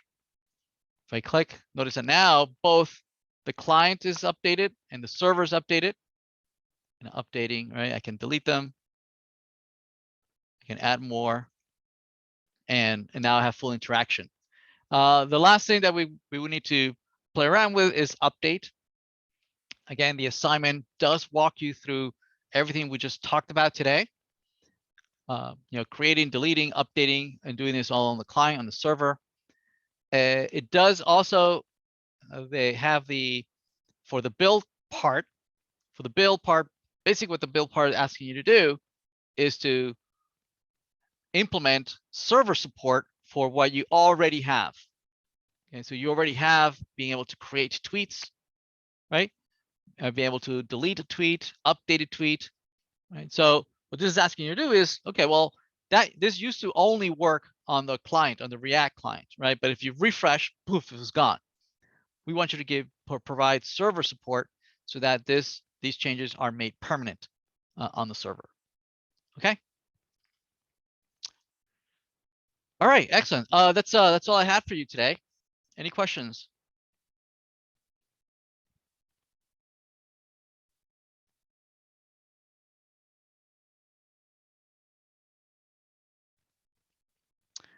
All right. Let's see. Let's start with with office hours. Hi, Professor. I have a question for office hours. I'm running into an issue with like the who to follow.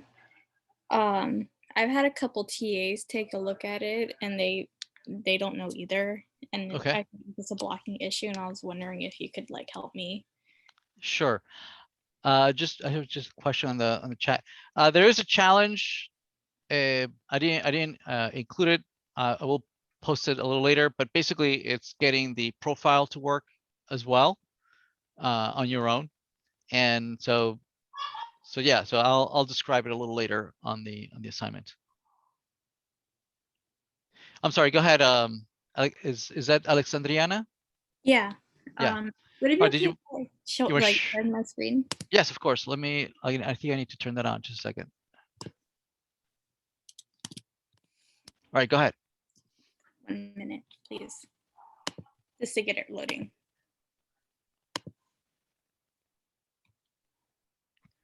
Are you sharing? I don't know how to share. Share screen. Just 1 second. It's like loading the Yeah, it might app. be a little slow. May I ask a quick question? Yeah, go ahead. For the challenge part of A7, for the edit profile page, do we render the navbar tweet list components like the home screen? I mean, for the edit profile. For Sorry, I think my internet goes out for a little second. was it for A7 or A8? A7. A7. Yeah, no, the profile should look exactly. Like the profile page. The profile should look exactly like the home page, right? That has the navigation on the left-hand side, whatever the home page has on the right-hand side, I forget, and Yeah. whatever it has the posts down below. The only difference is that at the top it will have the profile, so you can edit it. I mean, for the difference between profile page and edit profile page, it just replace the only Yeah. component in the middle. Yeah, So it other toggles. things. Yeah, Okay. it toggles, so it shows one or the other. Shows one or the other. Okay. Got it. Thanks. Yeah. Professor, Alexandria, are you ready? can you see my screen? No. I can see her screen. I think you may need to close your sharing. Oh, okay. Yeah, probably. Stop share. Okay, there we go. Now I can see it. Yeah, so I mean, this has been on Piazza for a couple of days, and I've tried it with other solutions that were on there, and it's still not All right, acknowledging that build has. okay, let me see. All right, can I see the error again? Who to follow, blah, blah, blah, yada, yada, yada. Okay. All right, can I see your reducer? Yeah, the who? Okay, This so reducers, yada, yada, yada. Okay, can I, blah, blah, blah, blah, blah. Okay, can you go into who.json? Okay, it's just an array, right? Okay, close that. Yeah. Okay, can I see your create store who blah blah blah blah blah? Okay, got it. All right, now all right, exactly. So let's go back to your who to follow. Okay, so remove the dot who on line 4. Okay, go back and refresh. Refresh. Cannot context please wrapped in provider. We could not find React Redux context value. Please state whose state. Huh. State. Go back to your go back to the code. Okay, state.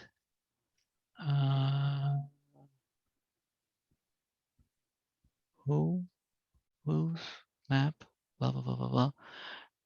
Use selector, state. React Redux. Okay, go back to the explore screen. Go back to the index. Create store. Create who from reducers who. Create store. Who? Professor, can I say something? Sure, of course. She need to put provider tag in app.js. This is the exact same issue I was having, and I Ooh. put provider Yeah. in app.js, not Yes, in yes. index. Yeah. Yeah, you see that your only home screen is seeing this, right? So you're Exactly. not going to see it in the explore screen. Hmm. Okay, so copy lines 5 through 7. Lines 5 through 7. Wait, why would, so I guess like conceptually I'm confused. Oh, wait. No. You have explore screen in there, don't you? You have explore. Oh, no, you have a route in here. You have route here. So you have, all right. Can you go back to app.js? Yeah, I can go to app.js right here. So what do you got here? Blah, blah, blah, blah, blah. App explore screen. Oh, interesting. You have a route down here too. Is this not what the homework suggested to do? Yes, but I guess it breaks the provider. Interesting. So wait a minute. You have hello world. You have practice. You have build. I'm wondering, can you comment out 23 and 24? 23 and 24. Oh, wait. Okay, go back to index first. Yeah. So this one says /A7 Twitter home and this /7 Twitter Explorer. Go back to app.js. Are they the same? So, yeah, there you have a conflict between the two. Comment out 23 and 24. Let's see. Hi, Professor. I think she needs to delete the exact true in line 20. That's what I did. Line 20. Yeah, she has to delete the exact true so that she can render the Oh, okay. other Yes. pages. Yeah, you're right. Yeah, you need to delete exact true. Yeah, otherwise it won't let you go into the other two. Like every instance of it. No, just here. I don't know if that will fix her problem, but she needs to do Okay, that. go back. Well, is it something? Okay. Okay. Yeah. So yeah. See Uh, down below. Those are the posts, right? Those are the Uh-huh. who. The who's on the right hand side, isn't there? Yeah, it's on. Sorry, like for some reason. And there are 5. Probably there are 5, and probably you're not referencing the who's correctly. Go back into your who.json. Who JSON. Who JSON? Yeah, I guess it's in I think. I think it was in the index. Yeah, go into so we can look at the actual data. Or you can actually print it out, right? If you go to who to follow list, you can print it out and see what the data actually looks like. So go to who to follow list. Uh-huh. So oh yeah, no, you need to like add it and can I take control? Yeah.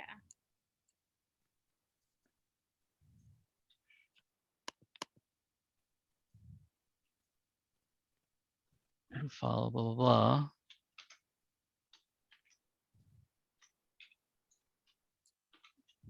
So you can see the actual data that's coming to you.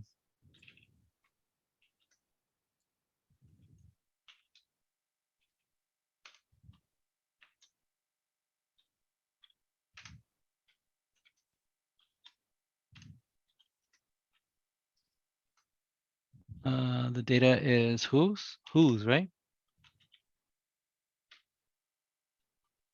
Okay, save that and refresh. I don't know if it has saved.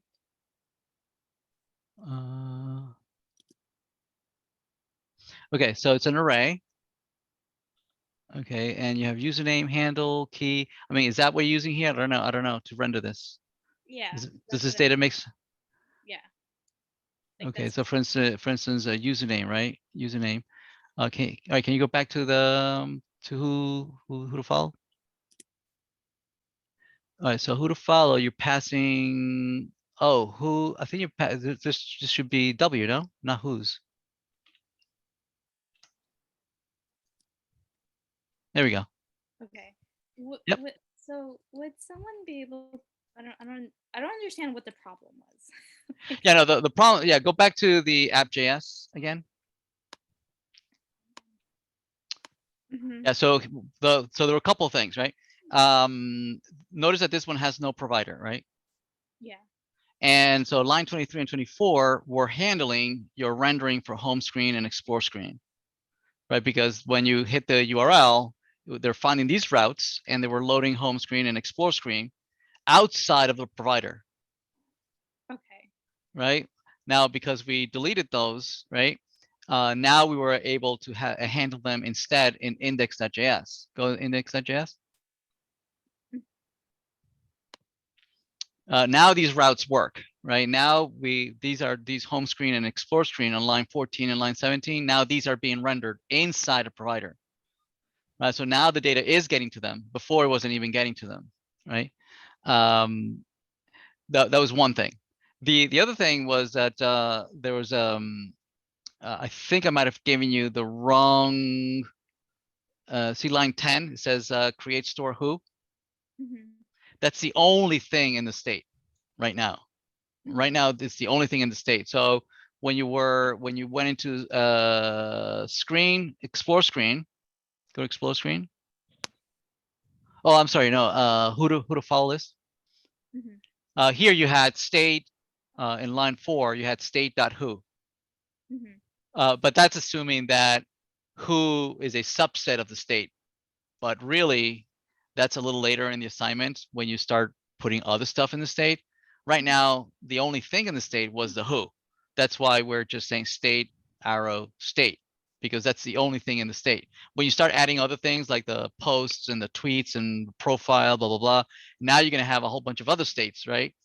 Then you're going to have to come back here and change that line 4 to state.who, right? Because who is going to be a subset, right, of a more complex state, right, where you're combining multiple reducers into a bigger state. Okay. So. But I believe that's later in the assignment, though. Yeah. So when I think the name is Anita mentioned wrapping app in the provider tag, right? That would have worked too. That's like overwriting more or less the problems that were present a little bit earlier then. Yeah, that would have worked as well. Yes. Okay.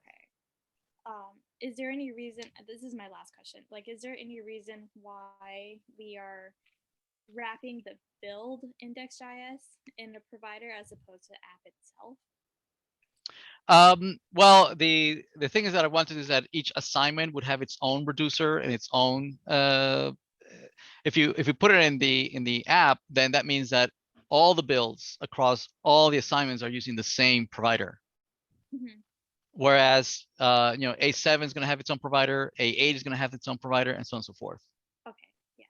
All right. Thank you so much. Yeah. Good luck. Thank you. Bye.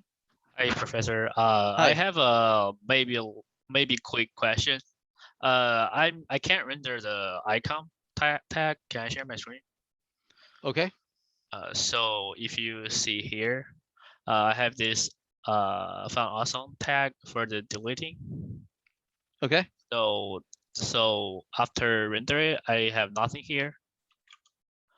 But if I change this to bottom,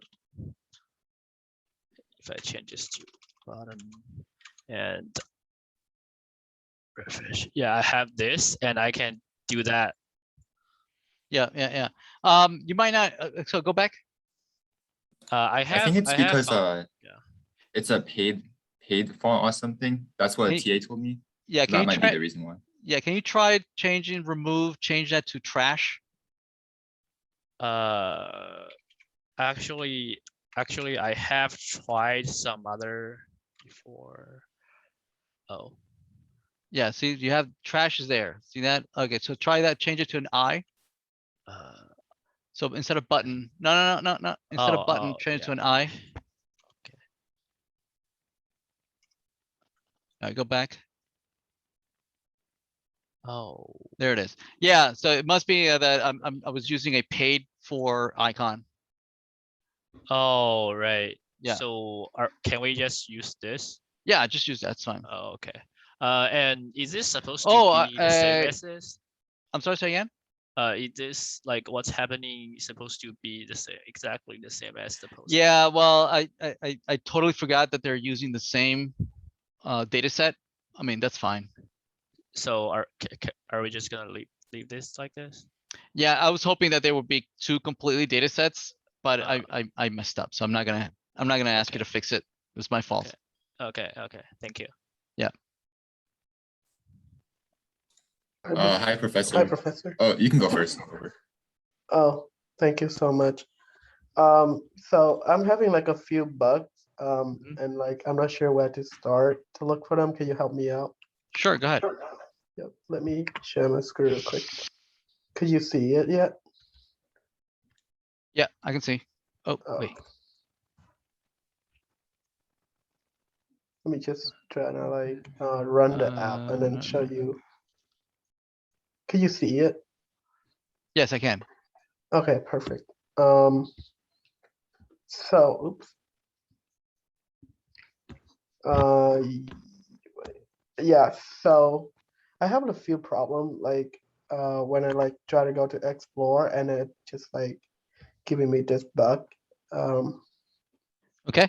Yeah, let's can you show me the build index where you have the provider? Yeah, so it's in who to follow list, right? No, in the build, you have an index at the bottom. Yeah. Yeah, can you open that up? Because you have a browser router. Where's your provider? There used to be in line 14. What happened? Oh, I think the TA told me like I don't need the provider here. Did you put it somewhere else? Uh, I think for this, hold up. I think I have in app.js. Oh, okay, you moved it there. Yeah, so I have the provider. Okay, so then you can remove from the other side. Go back. Yep. Is it where is Index. It was an index right there. The third. Yeah, that one. Yeah, comment it oh, out. yes. Yeah, you can remove it. Okay. All right, go back to the app.js then. App.js. Okay, so what are you putting in the store? Go up a little bit. Okay, so all right, see, you're putting two reducers in there, right? On line 16. Yeah. You're putting the tweets reducer and the who reducer.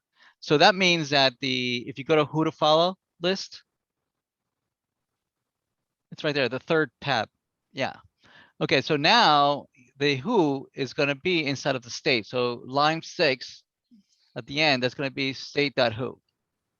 Oh, I see. Yeah. Okay, now try and re-rendering this. Oh, nice. It's great. It's great. And then let's say like when I was try to like it just wreck everywhere. So can I read properties undefined reading filter? So that's in tweets.json, the reducer. Okay, so let's go back to the reducer. Go into the reducers. Let's see. Okay, Oh, no. goes to tweets reducer. Okay, so let's see. There's the delete here, no? So let's see. You're doing tweets. Yada yada yada. All right. So notice that yeah. Go down. Go further down. Let's see when you go down. Okay, so blah blah blah blah blah. Line 44. You're adding a tweet. Tweets. Okay, so it looks like this assumes that the tweets is just an array, right? So go all the way to the top. Go all the way to the top. Okay, can you go into tweets.json? On line 1, can you go into tweets? Okay, there we go. Oh, it's just an array. Okay, good. Go back. In the reducer, Ugh. it's the first tab. First tab. Okay. Yeah. Like a tweet. Yeah. Can I take control? Yeah. So that happened when you delete it, right? Yeah. And also like when I create it, like I try to create it, it also like Yeah. Okay. So what you're doing here is, so basically is returns state. State tweet. Yeah. Yeah. I don't know what happened. I think for some reason, I gave you code that treats it as an object, but it really is just an array. I think that's what happened. Okay, so there we go, something like that. Then create tweet, that's correct. And then like tweet is also just an array. It's just an array. I think. Okay. All right, go back and try to delete, refresh and delete. Okay, wait a minute. Can I reply reading filter? Blah, blah, blah, state dot tweets. Oh wait, go back to the reducer. Wait, the state is just posts, right? Oh, okay. So Yeah. it So it remove. should be an array. Yeah, right? remove tweets dot on line 6. Let's remove this.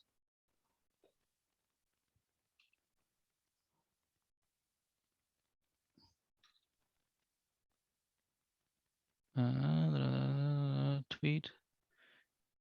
I guess we have to remove that as well.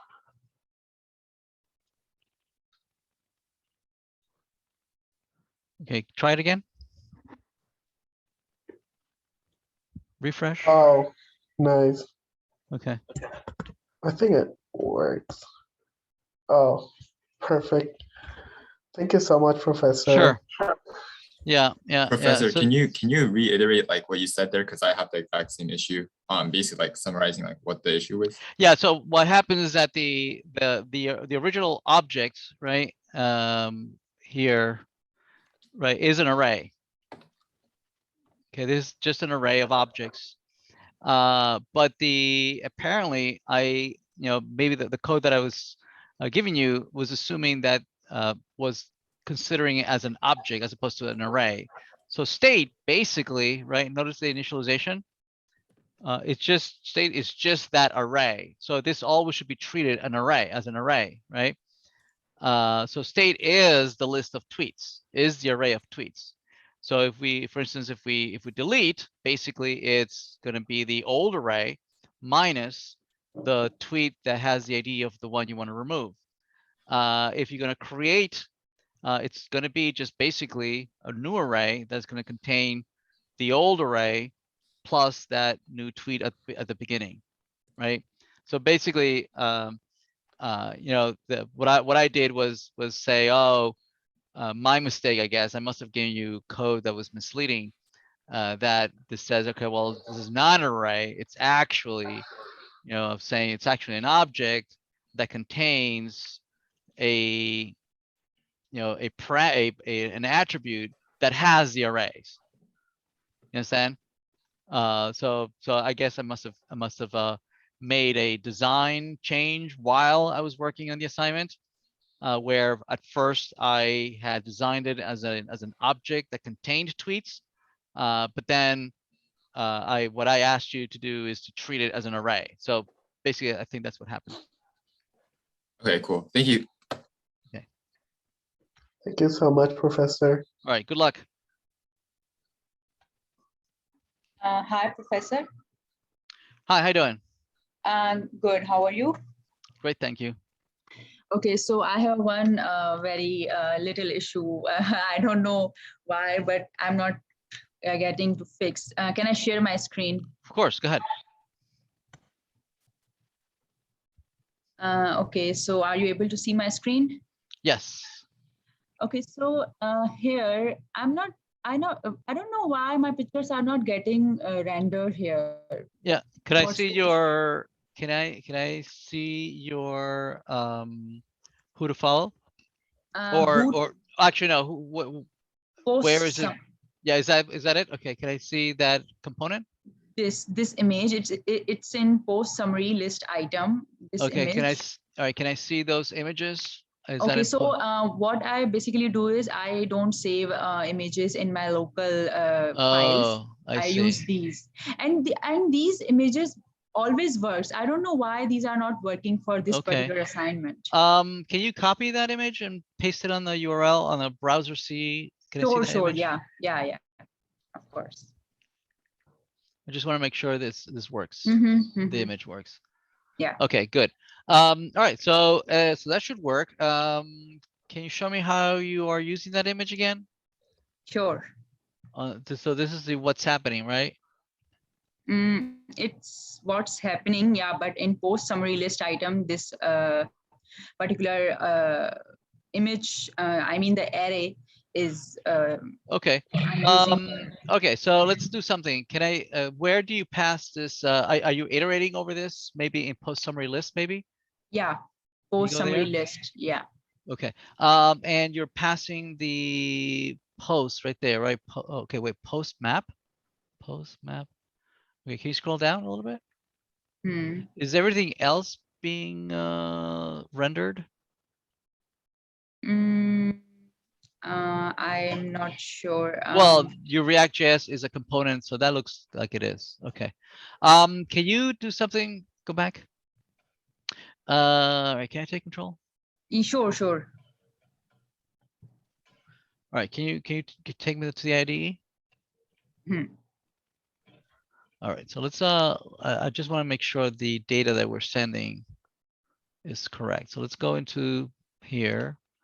And here's your LI, that's the row. And let's print out, make sure that we are getting the right data. All right, so here's the post. Yes, post only. Yeah. Okay, go back to the IDE. I mean the browser. See, Browser. Yeah. can you refresh? Okay. Okay. So okay, what's the image here? Where's the image? Can you scroll Okay. down? This Okay, is there's video, image. Okay, it's there's tweets.json file is yeah, no. Wait, no. Go back. I want to make sure the JSON is okay. Okay, let's see. Image. There's logo image. There's avatar image, but there's no image. Avatar image. That's logo image. Oh, See that? I think you must have called it something else. I think there is a mix objects in Yeah. this component. Okay, let's do a real quick just to make sure we're in the right track. Can you grab the logo image, right, or avatar image, and try to render that? Go back. So instead of image, go back to the IDE. Okay, so in post summary list item, All right, so instead of image, do logo, or what's it called? I forget what you called it. Avatar image, right?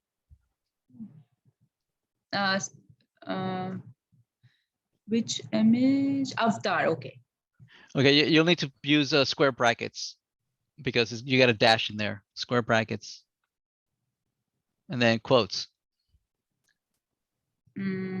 Sorry. Put quotes in quotes. Okay. Yeah, so put logo dash image.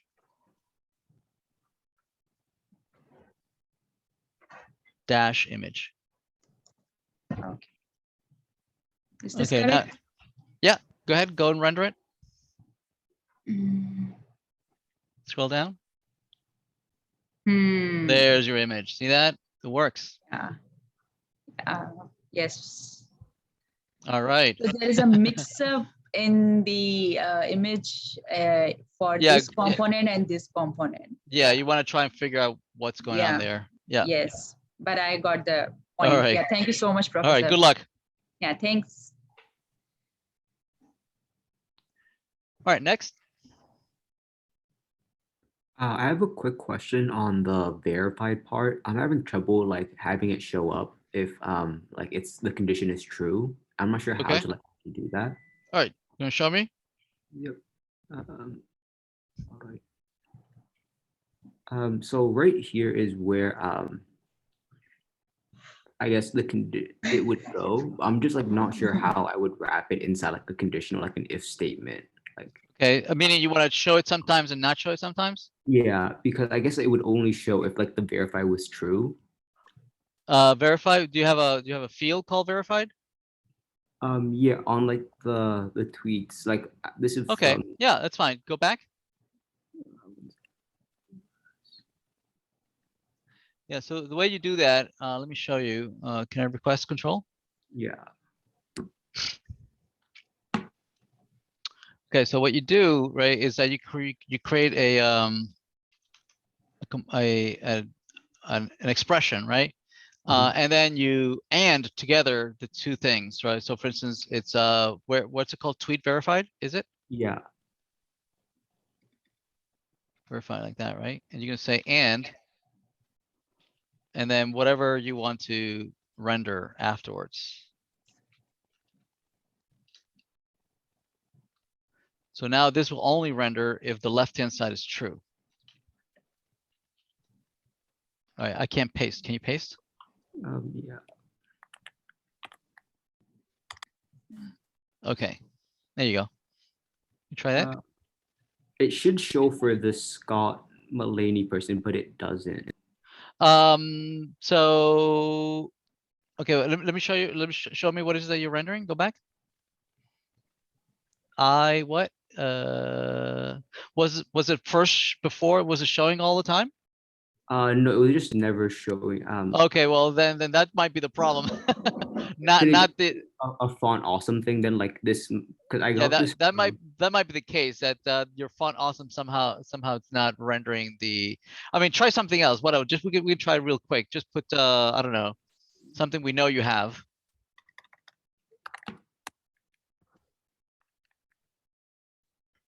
Oh yeah, I guess it was a font awesome thing then. Yeah, but notice that it's only now rendering for that person. See that? Yep. Thank you Because so it's much. verified. Yep. Good luck.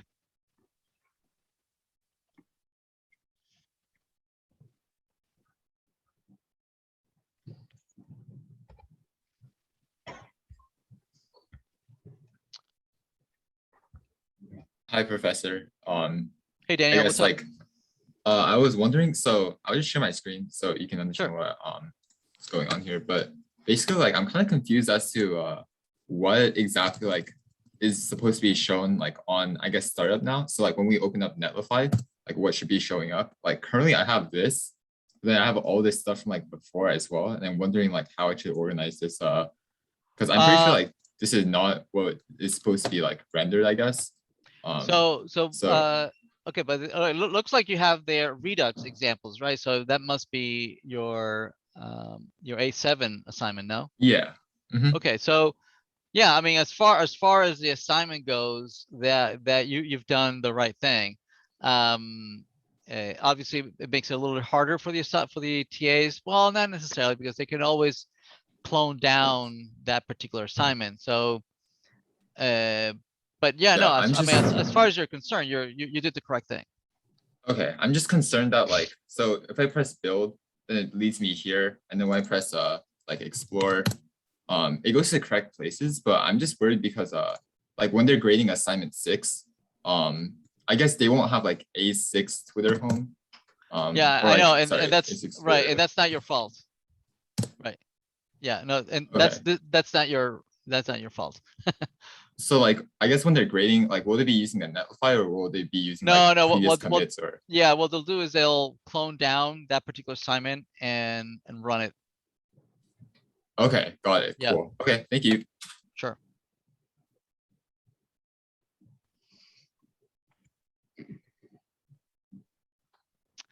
Next.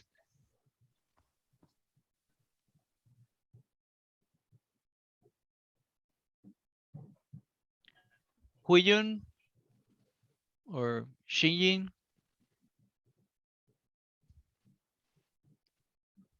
or Liana. Hi, Professor. Hi, Huiyun. How you doing? What's up? Can I ask you a question Sure, of related course. to your future courses? Oh, okay. What?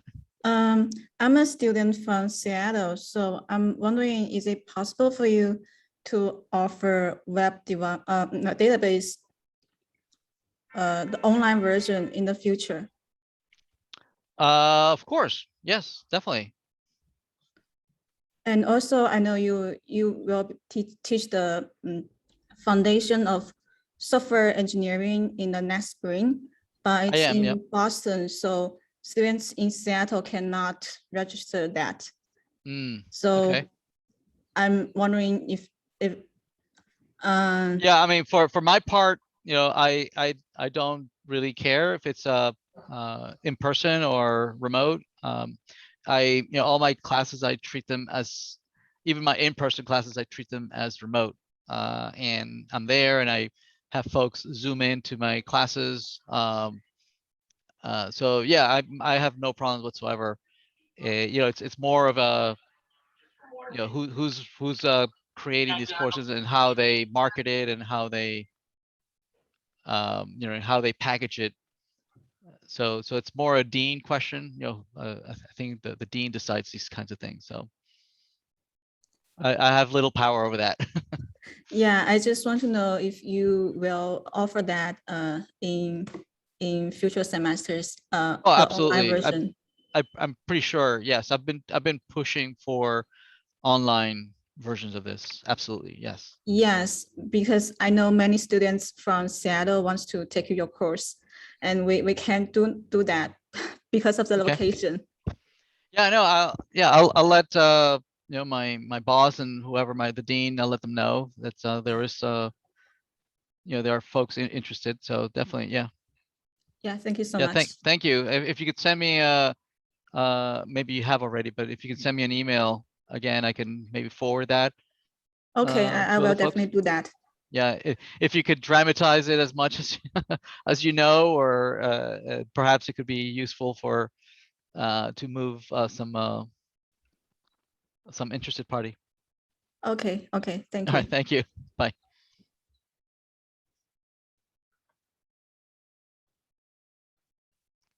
Kwang, you have a question? Oh, hey, sorry. I was just like having some question about like do you have any like idea like where like we can go to find idea to work on a project, not just for the final but also like because I really interested in like pursue career in like web dev and stuff. So do you know like where I can go to find a project or any idea that I could do to like put on my resume and get more experience doing project and stuff for? There are a couple of repository websites that have a list of things to work on. Actually, I'll share with the rest of the class. I don't know off the top of my head, but that folks are looking for working on some open source stuff and on Git. And yeah, I'll share with the class. Let me look it up. There's a couple of websites that have a list of that projects that are looking for people and yeah and ideas and whatnot. Yeah. Yeah, I don't have it because right like now, but it, yeah, yep, you know, because I feel like for web dev, like you yep, need a lot of project on your resume. Like they want experience. yeah, So like the more project you do, the better, right? So yes, of I course. was just thinking of that. But Yeah, no, thank you so definitely. much, Sure, Professor. sure. Have a good rest of your night. You too. Take care.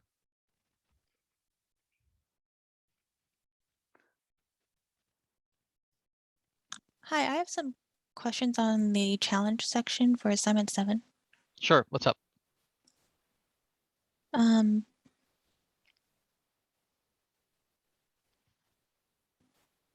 For the profile screen,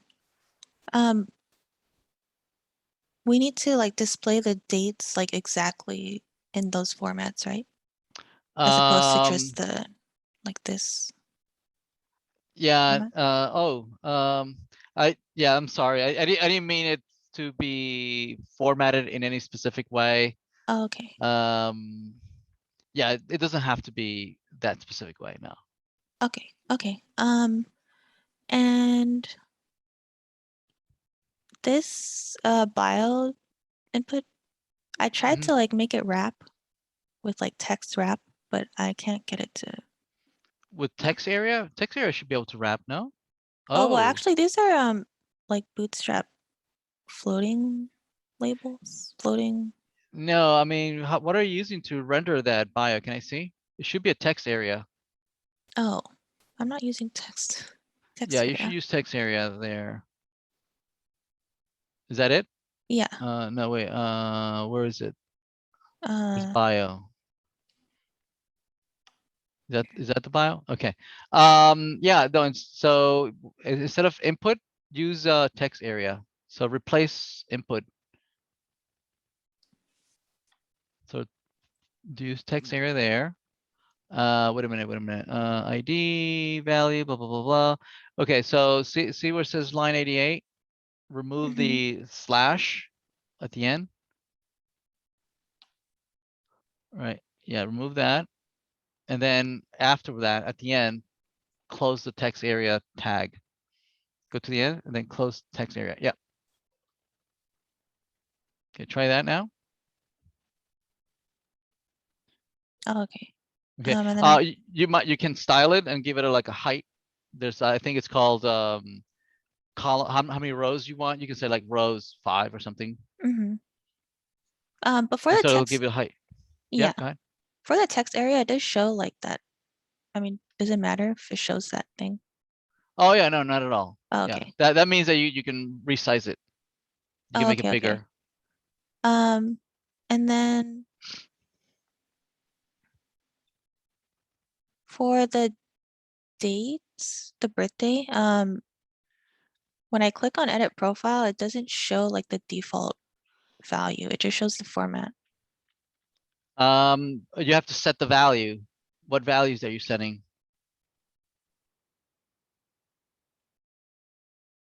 You're saying, oh yeah, no, the placeholder. Okay, placeholder. The format is year, day, year, month, day. So do you have a default value? It's the date of birth here, which is From the date of birth profile, where are you getting that? Is that from the, can I see the reducer, or do you have a JSON for it? Profile, there it is. the JSON is Yeah, here. yeah, okay. Yeah, so the date of birth, yeah, the format is year dash month dash day. Okay, so I can change. Yeah, it you can here. change it right Oh, there. okay. Okay. Okay, I Yeah. can do that. Yep.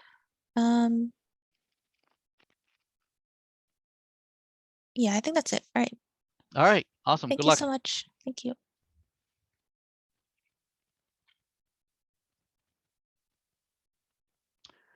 Hi, Ricky, you have a question? Wait, actually, sorry, I have one more question. Sure, what's up? For the midterm regrades, do I have to make a comment in that post, that Piazza post, or are you just going to regrade like questions for everyone? Well, whatever's mentioned there, it will be regraded for everyone.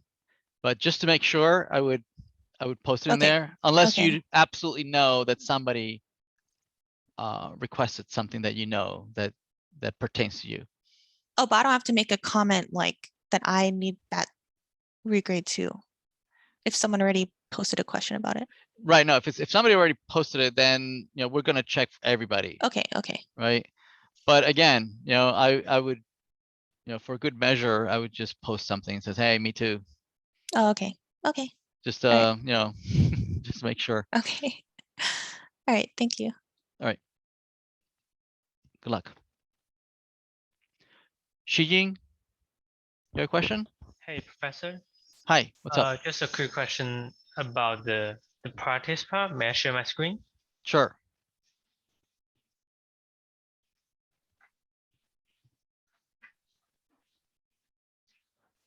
Can you see my screen now? Yep. So I'm wondering, like, what is the user? Like, how should we use the checkbox here? I'm not really sure, like, how to use it. Like, I believe I'm not sure. Did we ask you to update those? I believe we did, no? no. Oh, we No, didn't? Oh, no. okay, then Like no. we only do create and delete. I Oh, believe. okay. All right, then So I just not. wondering, like, what should we use the checkbox here? Yeah, no, I think I mean, we would have asked you to do like an on change and then you would the value of checked, you would use it to update the state of that particular to-do list, to-do item. Okay, so But if we didn't that's ask you what to do it, used no. to select the statement, right? Right. Yes. Okay. Oh, got it.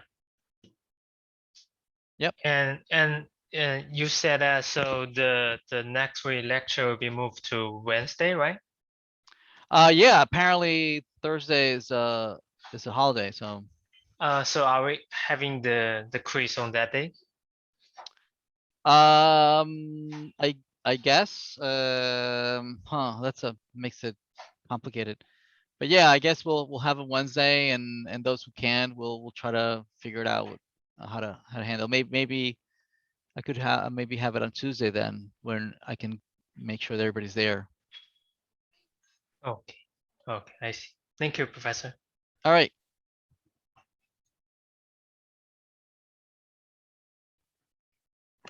Hi, Professor. Hi, what's up? So I'm still struggling with this one that can I share my screen and then I can show Sure, you go ahead. easier. So basically, so in the React.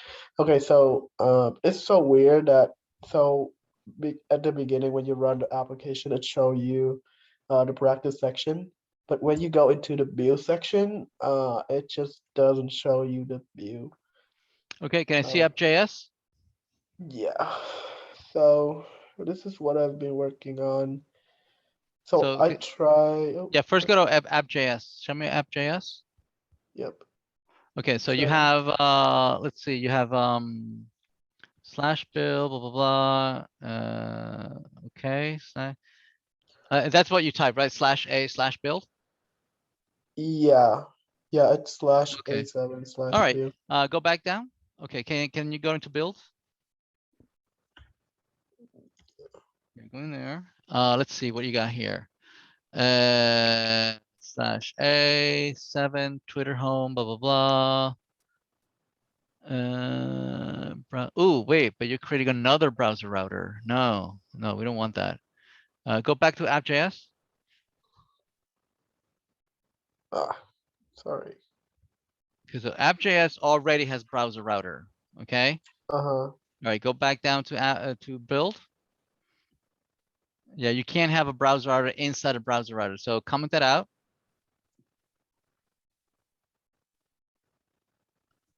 Comment that out, and the one below too. Okay. Let's try it now. Go back and render it again.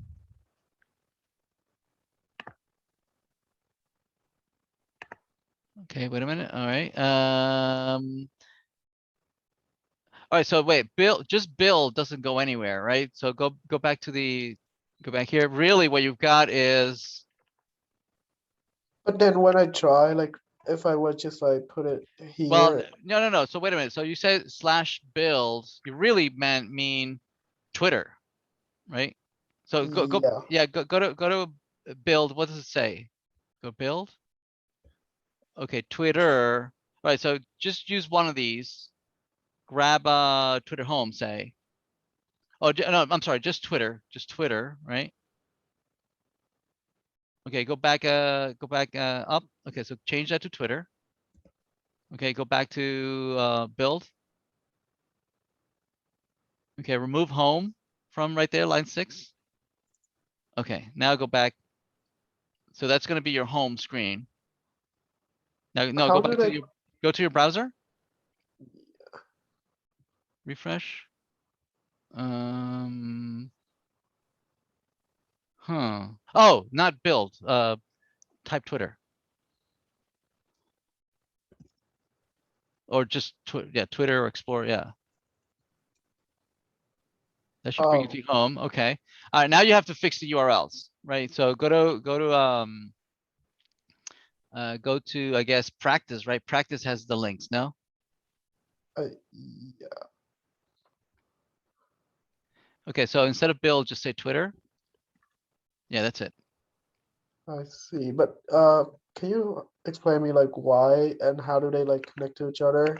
Yeah. So what's happening here is this says that if it sees in the route slash, /7/Twitter, load the Uh-huh. build component, right? And then go into the build. Right. And then in the build, it says that if you see A7/Twitter, render the home screen, which is exactly what's happening, right? Oh, I see. Yeah. Right. And it didn't show anything because we have a mismatch. So it go into the view, but it doesn't see any path like that. So it Right, doesn't exactly. render Yep. any of these Right, components. right. Yep. Oh, I see. That make a Yep. lot of sense. Cool. Yep. And so for this image, like I can load anything here. Okay. I wonder if that is as expected or am I missing? No, I mean, well, can I see your images? Can I see where you declare them? Okay, I- is that where they go? Do you mean like where I put the image? Yeah. Where do you put the images? It should be in my public in A5. And then I have like a bunch of image and stuff here in A5. But it says A5 Twitter and then /explore. Is that where they are? Yeah, this is are you looking on the right hand side right here? Yeah, I'm looking on the right hand side. Oh, this is from A6. I was just using them for like reference to render those image here, like those. Yep. Yep, so Okay. I was just using them to like for reference. But Yeah, I mean, you can right click and see what it's trying to find it. I mean, right click on them on the image, on the broken image, and right click that says inspect. Can you make that big? I can't see this the URL. Doesn't seem to have a URL. yeah, it doesn't have source. Where is this gonna? This is So all right, so we can check text to see what you think you want to render. Okay, where's the component? Is it post list summary? Is it? I don't know. Where are you rendering? Can you show me the IMG that you're trying to render? Yeah. Hold on, let me try to find it. So I think it was on to who to follow list. Okay, or- go to the who to follow item list. No, go back to the go to who to follow list item. Yeah, double click that. And so see in line 14. Okay. Yeah, put a new line after line 14. Now open close curly brackets. Curly brackets, not pointy brackets. Yeah, and in there type all caps JSON dot stringify and then type who. Yeah. Okay, now go back and render the browser. Okay, can you make that bigger so you can see on the left hand side? Refresh. Okay, so that's not the component that we're rendering. I don't know. Yeah, let me, oops, sorry, this bar is on the way. So I think we're looking at what's happening. Okay. So I guess Oh, we're it's looking not at this thing. okay. Yeah. Well, and no. then- What's happening is on the left hand side. That's a top one. That's a text area. So that's not it. No. Right. That's not it. That's not it. So who's rendering Oh. them? Maybe you were looking at the wrong version, maybe? Oh no, Or no. wrong Wait, I think I assignment, maybe? remember where it is. It should. I remember seeing it. I think it's just one of these. Oops. Well, okay, maybe it must be post summary list, I bet. Yeah. Yeah, that one. Do the same thing here. Can you copy and paste the JSON, whatever? Like maybe right around here. Yeah, put it right there. On line 14. No, not that one. After line 14. You need to put it in curly brackets. Yeah, JSON.stringify. Yep. And then post. Yep. Refresh this. No, that's not it either. I think we're looking at the wrong version. This says A7. Are you positive you're in A7? Yeah, we should be in A7, right? Yeah. So what screen are you? Go back. Are you looking at the home screen? What screen are you? What is this? Is this Twitter? This Okay, is this is the home. screen. All right, let's go look at Yep. the home screen. Okay, go to the home screen. Yep. So we go into home screen and okay. What are you loading? Post summary So, list. Yeah. Post summary list. So if we go in here. Yeah, go to post summary item. In here, the JSON. Okay, that's weird that it's not rendering post. Wait a minute. Can I take control? Yeah. So here's a home. Here's what's happening. Let me make sure that we're looking at the right thing here.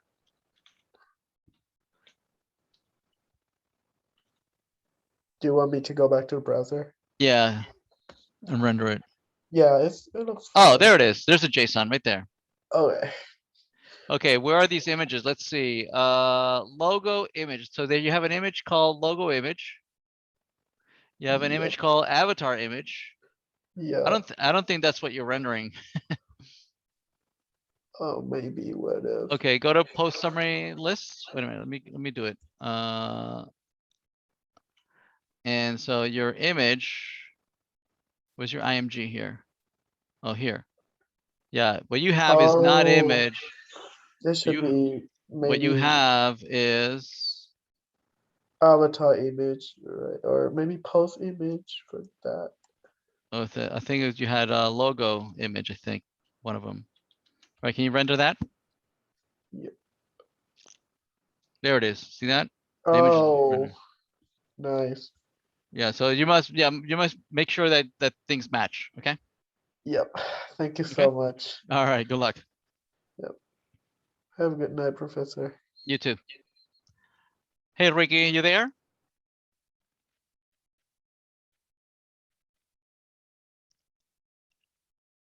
Ricky Yang. You're muted. If you're speaking, I can't hear you. I think you're muted.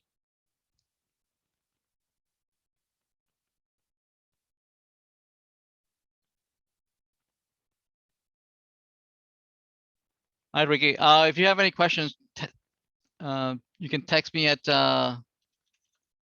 978-761-5742. Right, and then you can ask me, okay, what's going on, okay? All right. Good night.